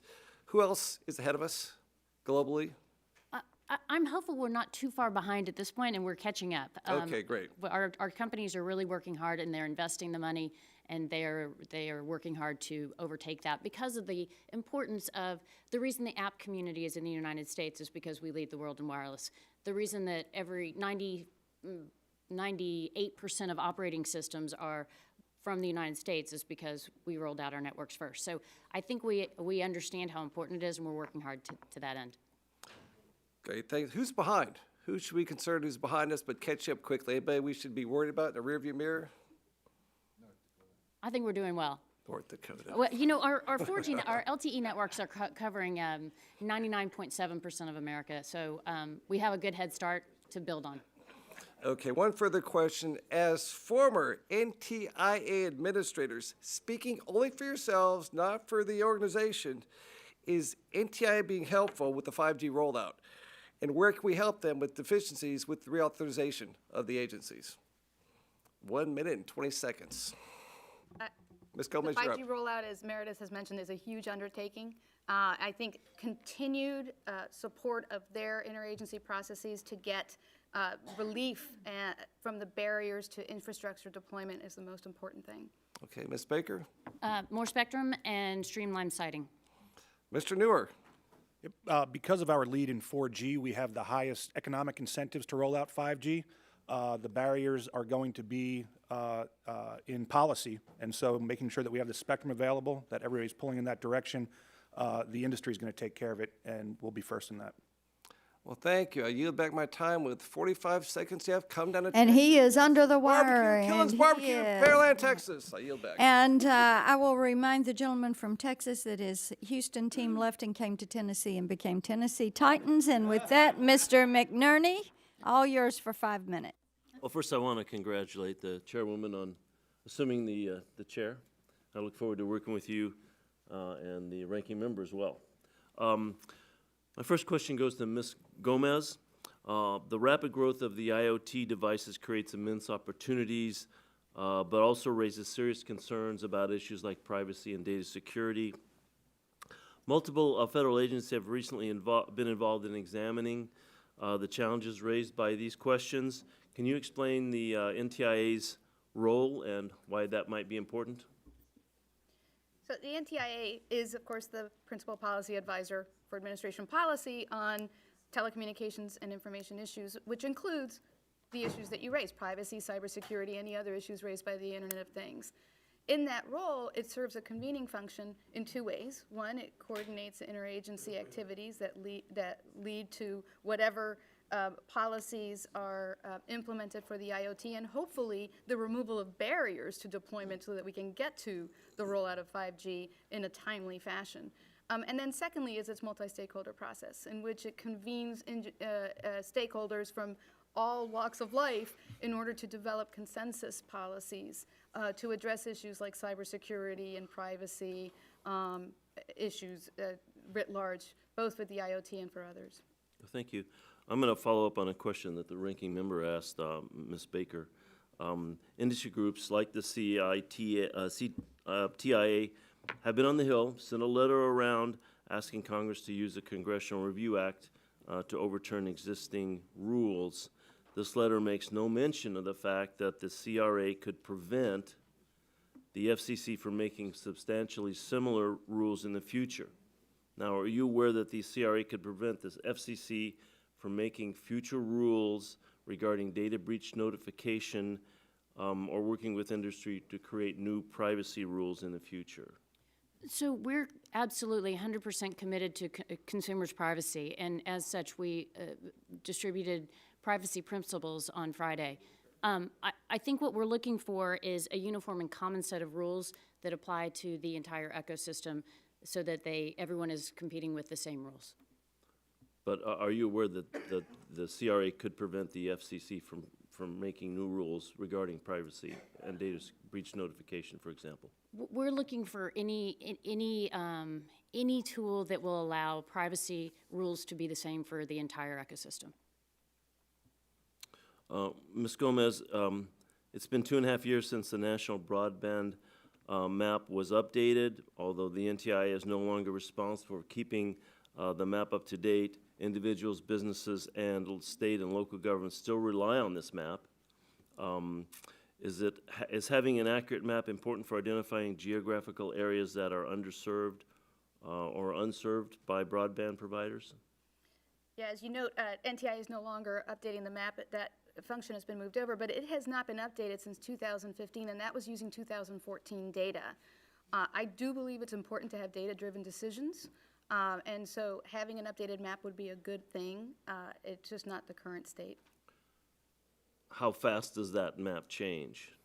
The map changes constantly. We have deployment change every day, as Meredith mentioned. That there's a lot of capital expenditures every year, every day to get the infrastructure deployed. So, I mean, in terms of the digital divide, having this map up to date is important and should be funded. The map was an important tool, and it would be good to fund the map in the future. The FCC also has the ability to do it. It just hasn't had the funding. So is the NTIA the right organization to do that? If the NTIA gets its grant program again, that would be the right way to do it, or it would be a good way to do it, I should say. I mean, the way that the map was developed was a bottoms-up process in which the states provided the information to NTIA, and NTIA worked with the FCC to create the map. One way or another, you need to have that input and you need to have the funding to be able to have an accurate map, because if it's not accurate, then it's not useful. I'm just going to ask a question, and you won't have time to answer it. Mr. Nooner, you indicated that the NTIA is the most effective, it's most effective when it's working in the intersection between business and private and government sectors, and also can be effective in advising the Office of Management and Budget. I'd like you to elaborate that in written, since I'm running out of time. I'll do it. Thank you. And he made it before he went into overtime.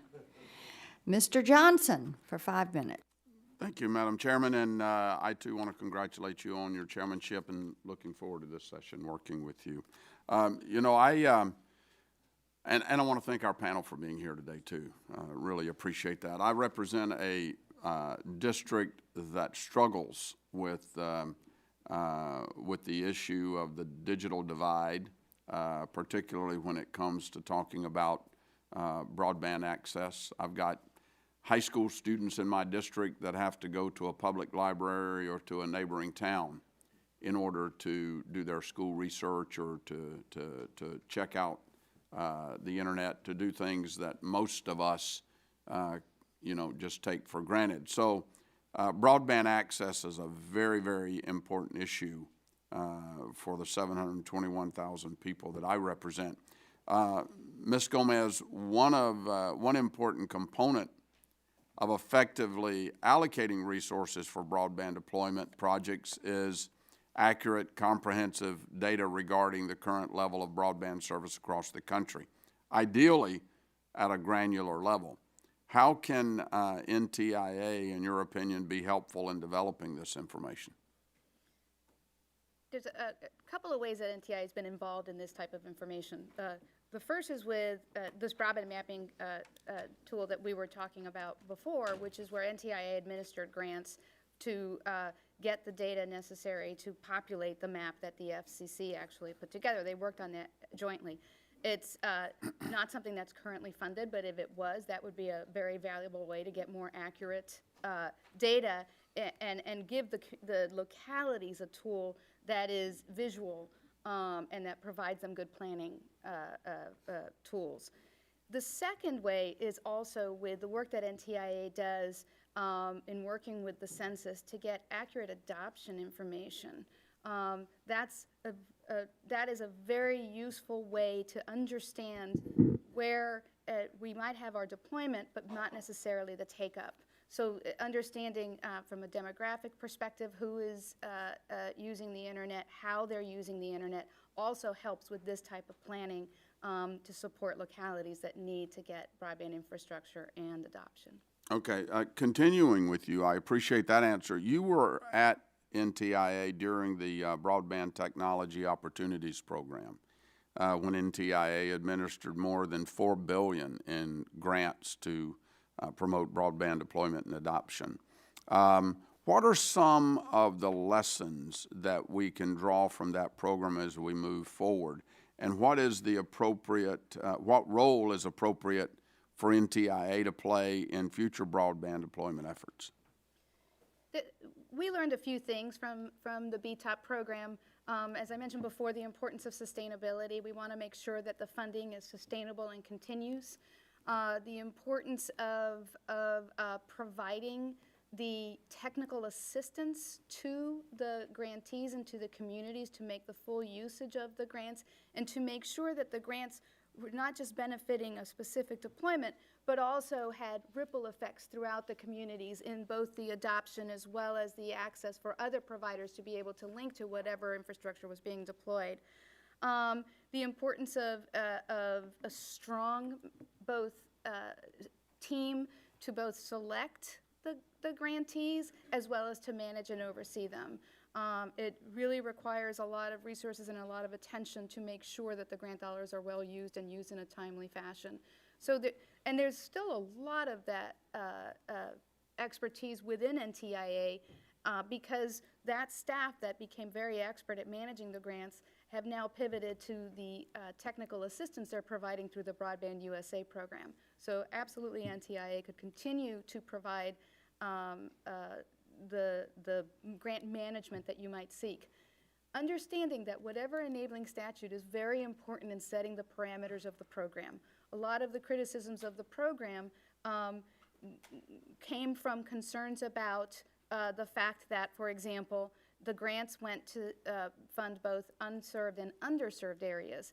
The definition of rural was very important to managing the grant program. So attention to the statutory language that NTIA would use to implement the programs is also very important. Okay, well, thank you. Madam Chair, I yield back just under the wire.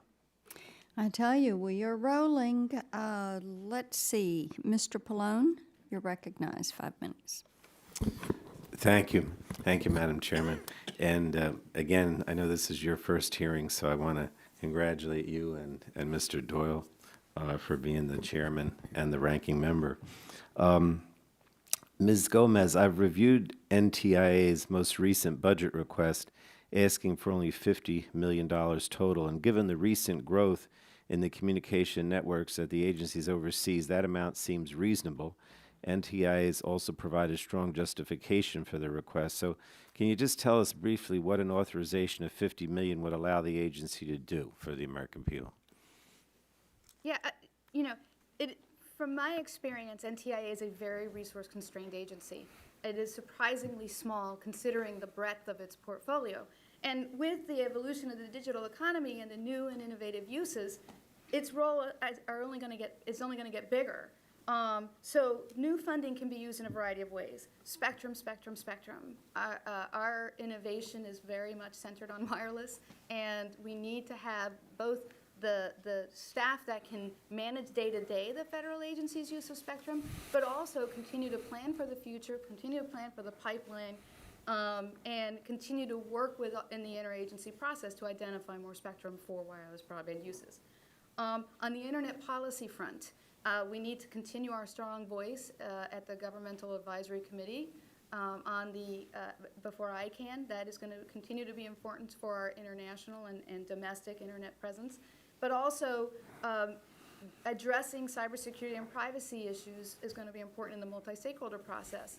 Particularly with cybersecurity, we need staff that has security clearances that understands the issues so that they can convene and shepherd these multi-stakeholder processes to develop these policies, both with the multi-stakeholder process internally as well as intergovernmentally to work with the other agencies as they develop their own security policies. And on research, very important. It's important for supporting our the spectrum initiatives as well as other agencies and also industry. Industry relies on the laboratory for some of its measurement and testing. And so bolstering their ability is going to be very important. I think the National Foundation found that they are actually seriously underfunded. So that would be very helpful in that regard. All right, thank you. Ms. Gomez mentioned the privacy issue, so let me ask Ms. Baker. NTIA found last year that around half of American adults limited their economic activity online because they were worried about their privacy and data security. A Pew study also found that a full 91% of adults believe they've lost control of how personal information is collected and used by companies. And that's why I have been disappointed in CTIA's recent attacks on consumer privacy protections. I'm hopeful we can still find some common ground, though. So I think we may agree that the Federal Trade Commission should be a strong protector of consumer privacy. Let me ask you, would CTIA support Democratic efforts to strengthen the FTC's ability to protect consumers by lifting the common carrier exemption, giving the FTC rulemaking authority, giving the FTC more privacy staff? Would you comment on that? First, I think that CTI believes strongly in privacy and in consumers' right to privacy and data security. It's a priority for all of our carriers and companies. I think that we believe that the data that consumers are served better when their privacy protections are based on the type of information as opposed to the company that holds it. And for that reason, we would like to see the FTC's jurisdiction on privacy be consistent across all of the companies. The mechanism as to how to get to that, I would have to get back to you on the language as to, but yes, the idea as to having the FTC have jurisdiction over the privacy of consumers' data of all companies would be consistent with what we believe. All right. Let me just, I know, run out of time, but I wanted to ask you a local question. Well, it's not really local, but Ms. Gomez, one of my priorities is promoting public safety communications and network resiliency, and I've been a strong supporter of FirstNet, which is housed at NTIA. And getting better technology in the hands of first responders is really important. So I understand you were at NTIA when FirstNet was formed, and from that perspective, how would you assess FirstNet's progress in starting up the nation's public safety broadband network? I think FirstNet has made great progress. It is a huge undertaking as well, and it is very close to getting the contract in place to be able to start the actual deployment and services and working with the states. So I too am a great supporter of FirstNet and have run out of time. Okay, we've run out. Thank you, Madam Chairwoman. Well, actually, you went 3 seconds over, but you know, who's counting? Mr. Kinzinger, you're recognized 5 minutes. Thank you, Madam Chair, and running tight clock. That's good. That's good. I'm excited. It's going to be a good couple of years.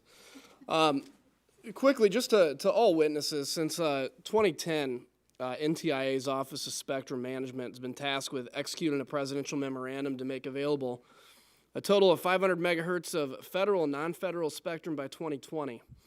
We're quickly approaching the end of that 10-year window, and do y'all think there's a need for the NTIA and the FCC to jointly establish and carry out formal planning activities for the next decade through a new national spectrum plan? Yeah, I think it's vital to have a pipeline, to have long-range visibility as to where the next spectrum bands are going to come from to meet the growing needs that I think we've all been talking about. I think there is a challenge when you set numbers of megahertz to be freed without some more detail and concept about what that means. If the agencies are put in a position, find spectrum, they may find spectrum that is in the cupboard but is not very useful and say we've met our obligation. So the focus less on specific targets and more on holistic policies that will be deployed across the entire government, that this is part of your job. Day in, day out, as a steward of these resources, you need to account for them and make sure you're taking steps that they're used across the economy and not just held for isolated purposes. So I think long-range planning is very important. I think the Spectrum Pipeline bill is important. But yeah, we have to keep looking downrange. I think goals are important, and I would certainly welcome this committee asking NTIA and the FCC to set another goal for 10 years. I think that the focus of this committee is very helpful. You have brought the AWS-3 auction, you've brought the 600 megahertz auction to bear, and I think the guidance from this committee is very important, and we would love to see that. Ms. Gomez, you have anything to add? Sorry. The only thing I would add is I agree planning is very important, goals are very important. I also want to make sure that NTIA continues to focus on what it's doing today because it still has a lot of work to do. So whatever resources they need, it would be good to bolster those resources so that they can in fact engage in thoughtful planning for the future. Then Mr. Newer and Ms. Gomez, how can the NTIA most effectively promote the interest of the United States in international discussions on internet and communications policies? Well, I think Mr. Shimkus asked about ITU and our role there. That has been the vehicle in the World Radio Conference where NTIA works with our colleagues in the State Department, aggregating all of the equities of the spectrum-dependent agencies. It's very heavily focused on the Defense Department, as you would imagine. So maintaining a robust role and making sure that we collaborate across those areas. With regards to internet governance and those sorts of subject matters, you know, the multi-stakeholder model has been very, very productive. It was productive in collaborating and coordinating the IANA functions. Some of these broader internet governance issues probably don't belong, the non-technical issues don't belong in a technical body, but the model of the multi-stakeholder model to bring diverse, coordinated interests and equities together for U.S. promotion in a variety of international forums, NTIA plays an important role in that. I absolutely agree with John. NTIA's strong voice and role in the Governmental Advisory Committee is very important, may even be more so important today to ensure that the internet remains an open, free and open resource and that other bodies don't take over trying to manage the architecture that so far has been so successful and open.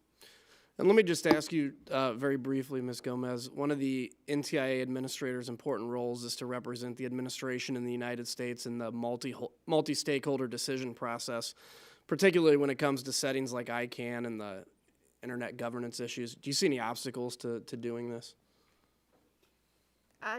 I would agree with what Meredith said earlier, which is that this is, or maybe it was John who said it, sorry. This is probably the best staff, the most expert staff, and the strongest and most strategic staff that we have to participate in this body. So it's important to continue to support that resource and support their needs as we move forward with a U.S. presence and voice in these meetings and negotiations. Okay, thanks. And I yield back now. With military precision, he yields back. Mr. Butterfield, 5 minutes. Thank you, Chairman Blackburn and Ranking Member Doyle. Thank you for holding today's hearing on NTIA reauthorization. There is no doubt that NTIA will play a critical role as this administration contemplates its goals related to our nation's telecommunications policy. By any definition, NTIA is critical in the communications space. NTIA's past and ongoing work with FirstNet, and I appreciate the ranking member's comments a few moments ago, the work with FirstNet as well as their work with the National Highway Safety Administration to develop and implement next-generation 911 services is to be commended. NTIA also plays a critical role in safeguarding our nation from cyber threats. There is no higher mission for members of Congress than doing all that we can to protect our constituents from potential threats. This point is underscored by the intervention of Russia in last year's election and their state-sponsored hacking of the Democratic National Committee. Those incidents highlight that cyber attacks that threaten our country can be carried out by highly funded and even state-sponsored actors. In response to that type of attack on our democracy, we must take steps to investigate all potential cybersecurity threats, including those posed by state sponsors like Russia. And I'm confident that NTIA will do just that. Also important to my district and my constituents is identifying ways to increase broadband adoption and reduce barriers to broadband deployment. In this regard, I understand that NTIA continues to engage in several initiatives aimed to increase adoption. For example, NTIA has engaged local communities through the Broadband USA initiative to provide technical assistance and guidance on how best to increase access to affordable broadband. It has also been a key participant of the Broadband Opportunity Council, which was created to ensure federal agencies take specific steps to encourage broadband investment and remove regulatory barriers. Just one or two questions, Ms. Gomez. Do you think that the new administration should continue these activities, and why? Absolutely. All the activities that you mentioned are important, and especially to the continued innovation and deployment of these new and important technologies. So absolutely, I would say NTIA is front and center in a lot of them, and these are initiatives that should continue. Aside from the increase in the budget from 40 to 50, are there other things that we can do legislatively to enhance the work of NTIA? I do think that there are ways that you can empower and promote NTIA as it continues a lot of these interagency discussions. As we've discussed before, it's a small agency with a mandate to push and prod its fellow agencies throughout the federal government to lead to, for example, removing barriers to infrastructure deployment. That requires dedication and focus from other agencies that NTIA sometimes doesn't have the muscle to force other agencies to make a priority as part of their mission. So to the extent Congress can help with bolstering NTIA's ability to successfully get the other agencies to cooperate, that's always very helpful. Thank you very much. Madam Chairman, I yield back. The gentleman is competing for first prize in the yield back. Ms. Walters? I was told that you would be in the chair, Ms. Blackburn. You're real tight on the time, as I was when I was a judge in the courtroom. So Absolutely. I understand the importance. Yes, sir. Ms. Walters, 5 minutes. Wow, there's a lot of pressure. First of all, I'd like to thank the chair for holding this hearing and for the witnesses being here today. Cybersecurity continues to be a growing threat, and I'd like to get your thoughts on what role the government should play in this area as this becomes a bigger concern to all stakeholders. With that, Ms. Baker, with regard to cybersecurity, there seems to be several agencies that are staking a claim of leadership: FCC, DOD, DHS, NTIA. With respect to the commercial sector, do you have opinions as to which agency should run point? I'm glad you asked. It's a great question. We do have an opinion here. Cybersecurity is critical. These networks are going to change everyone's life, every job, our economy, but they have to be safe. And so cybersecurity is the most important thing that we work on every day. I feel strongly that this needs to take place within the administration, not an independent agency. So I think there is a coordination role that needs to happen between DHS, NTIA, NIST. I think we'd probably prefer DHS to be the lead with coordination from the others, but I do think one way or another it needs to take place in the administration, not at the FCC. Thank you. Ms. Gomez, one of the primary challenges we face in securing our nation's communication infrastructure and networks from cyber threats is the rapidly evolving nature of these threats.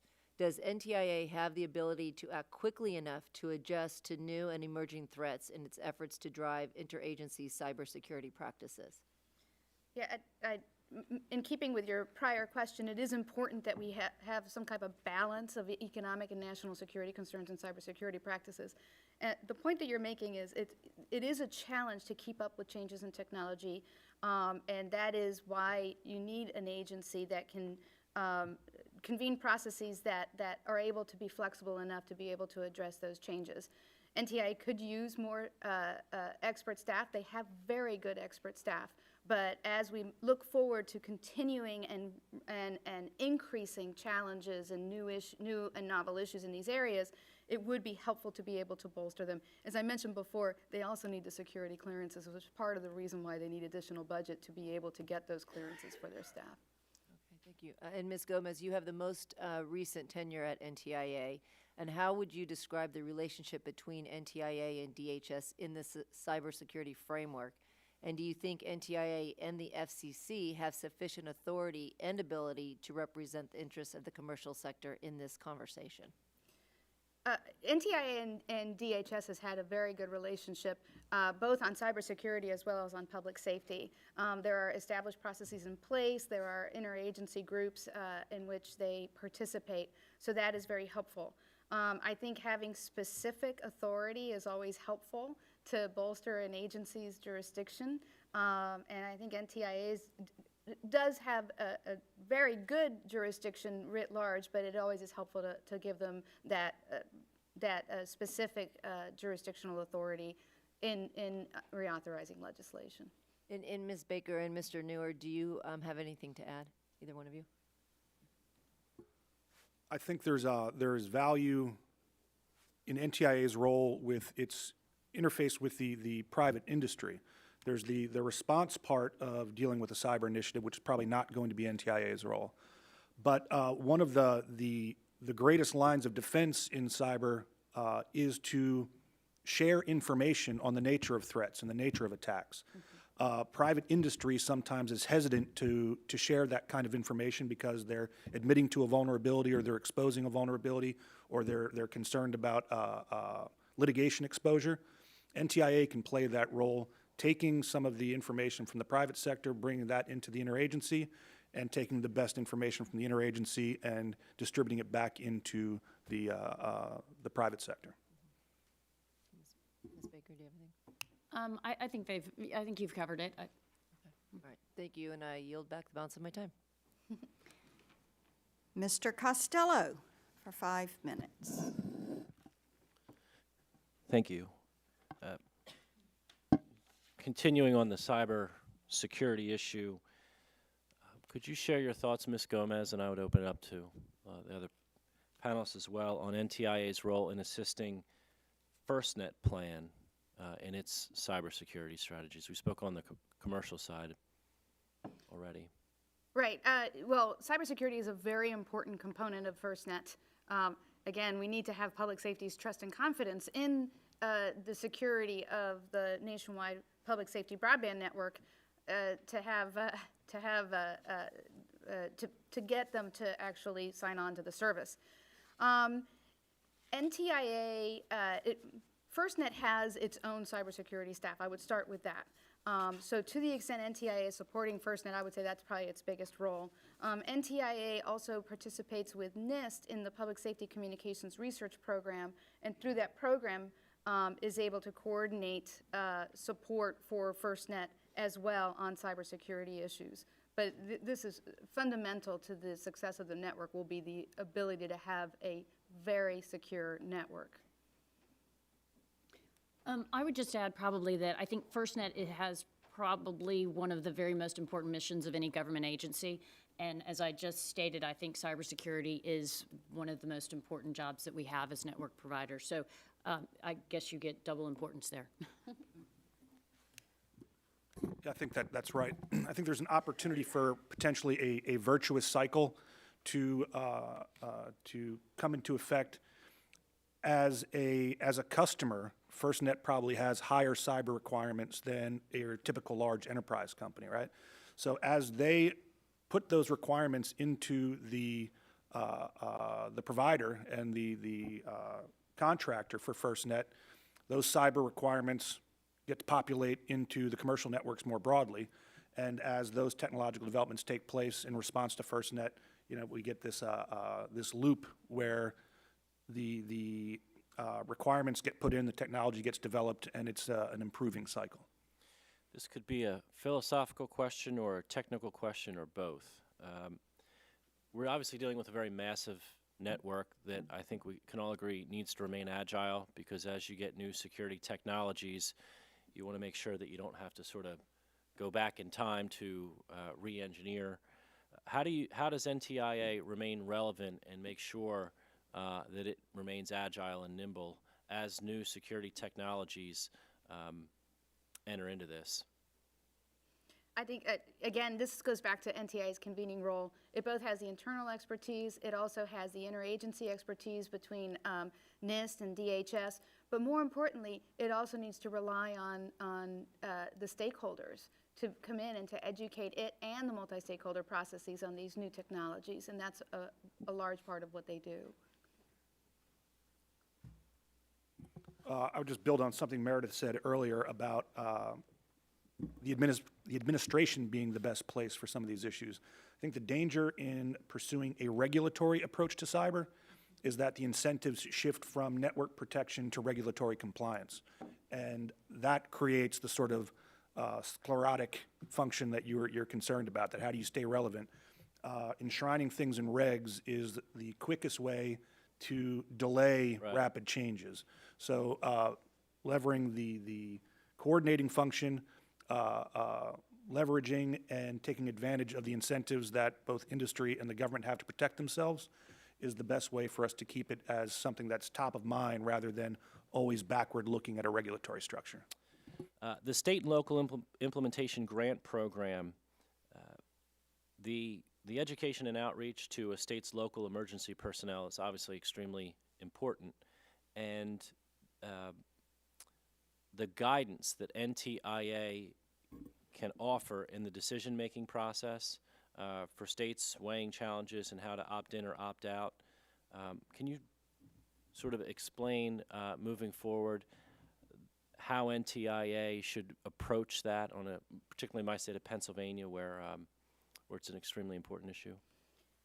Yes, Congress was very wise to include what we call planning funding, just generally, in creating this state and local implementation grant program, because FirstNet needs to get the input from the bottom up, from the cities and communities and localities up through the state, up through FirstNet, and that takes dedicated resources. That's what the grant program does.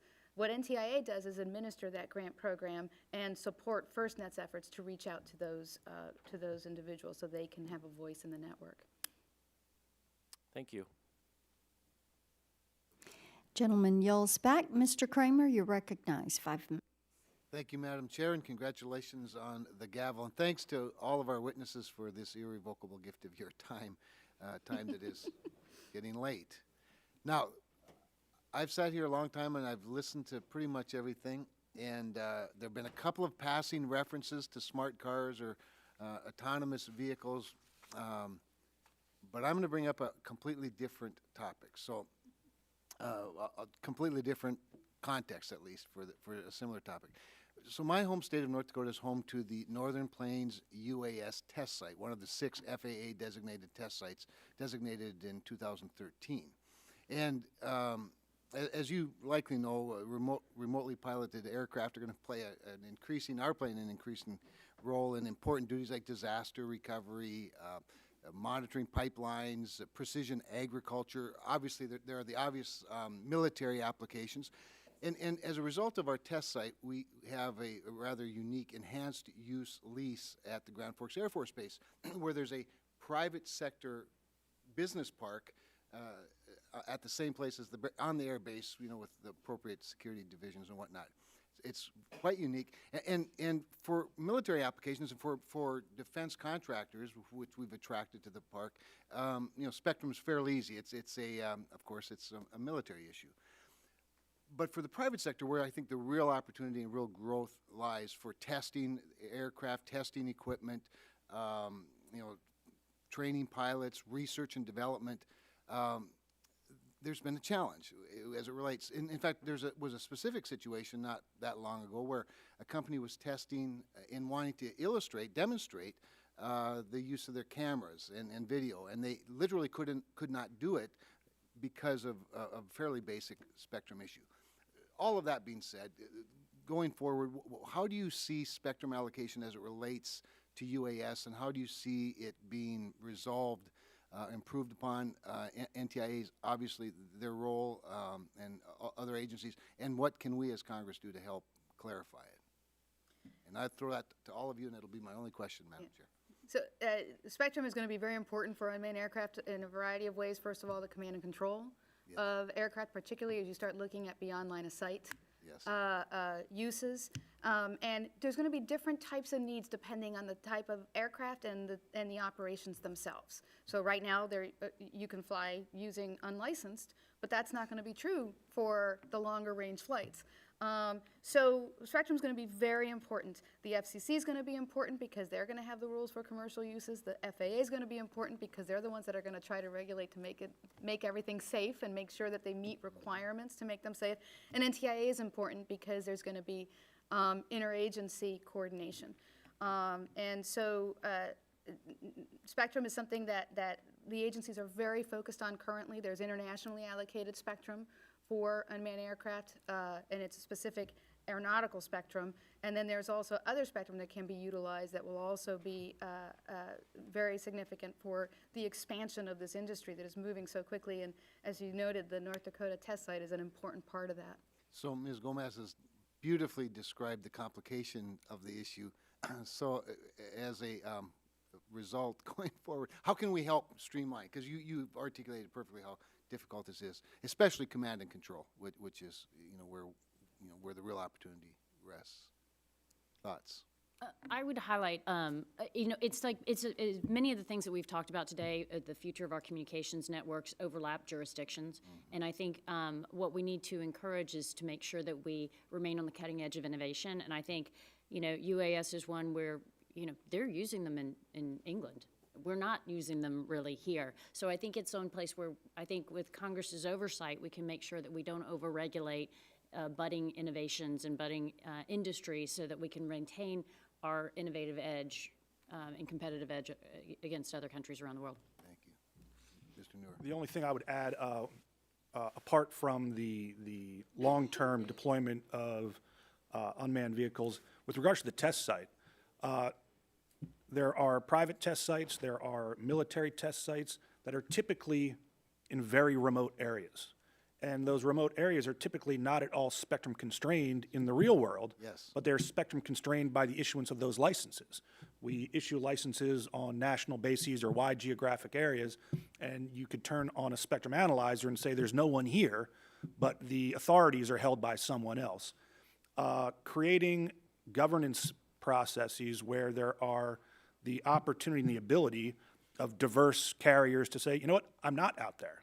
And, here's how we can collaborate, and here's how you can use my spectrum, how you can have transactional agreements in those areas, I think clarifies or will get the regulatory out of the way of the technological in those test areas. So Thank you all very much, and Madam Chair, I yield back. Gentleman yields back. Mr. Engel, we will get you in before we get called to votes and be able to dismiss our panel and not have to come back. Okay, thank you, Madam Chair. And briefly before I begin, I want to say how excited I am to be rejoining this subcommittee after having served on it a number of years ago, and how much I'm looking forward to working with you, Madam Chair, and all the members here on these important issues of Congress. Thanks to our witnesses, I wanted to focus on cybersecurity, and in particular the role NTIA plays, coordinating our national cybersecurity response between government and industry. Last year, when Russian operatives breached the Democratic National Committee and broke into John Podesta's emails, they attacked our election, the very core of our government. But even that attack never hit a government agency or a government-owned computer. The DNC is a private organization, and Mr. Podesta kept his email on a Google Gmail account. So the Russian hacking story is, at least in part, a story about how cyber threats leave us vulnerable in these places where governments and the private sector meet. NTIA has emerged as a vital cop on that beat in its role at the IPTF and as a liaison between industry, Commerce Department, Defense and Intelligence communities, DHS, and the rest of the government. So let me ask Ms. Gomez and Mr. Newer, I wonder if you could talk a bit about what would happen to to this multi-stakeholder approach to cybersecurity, particularly on the government side, if there wasn't an agency to fill that role? So what would happen if there wasn't an agency to fulfill the role of coordinating with other agencies? Yeah, as we've talked, there's a lot of overlapping jurisdiction and interests throughout government. As I mentioned, I think it's very important that as we continue to look forward to securing the networks, that we make sure we balance economic and national security interests, because each agency's mission is a little bit different. The National Security Agency's interest is in protecting the internet. That could lead to very draconian measures that would not allow continued innovation. So an NTIA is important because they are a convener and they provide a balance.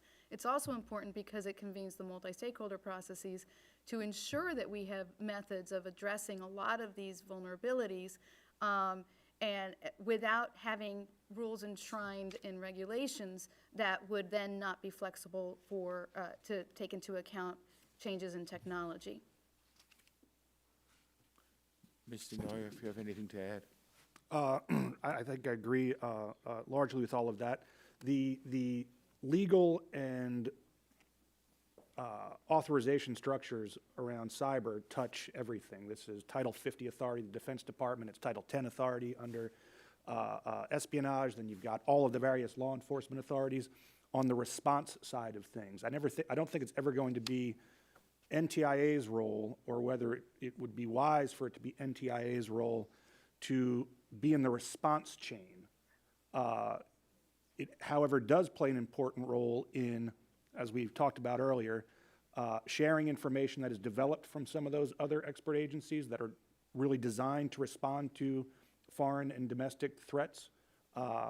Its role is best suited, I think, to making the commercial industry aware of these threat vectors, what they can do to proactively defend themselves. And should the attacks come, the response is going to be focused, I think, in other agencies.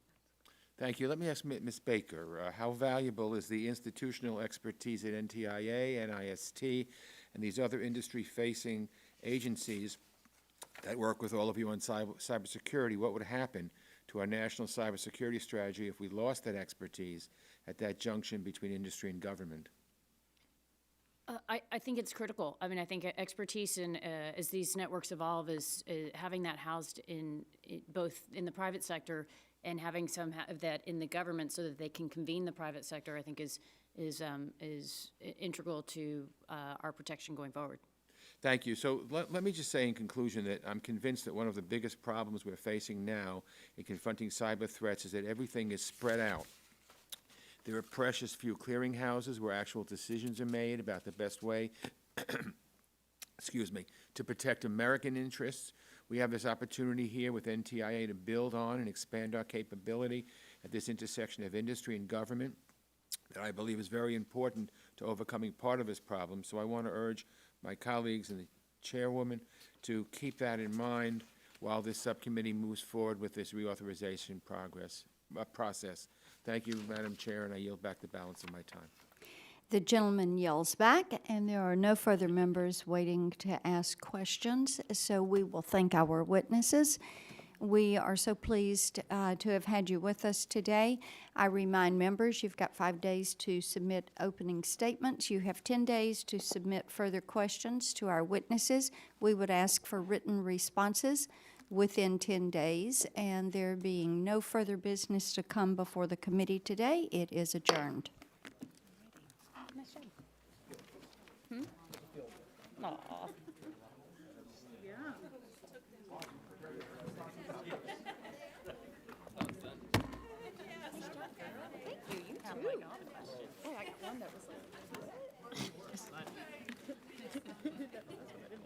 I know. The lights on.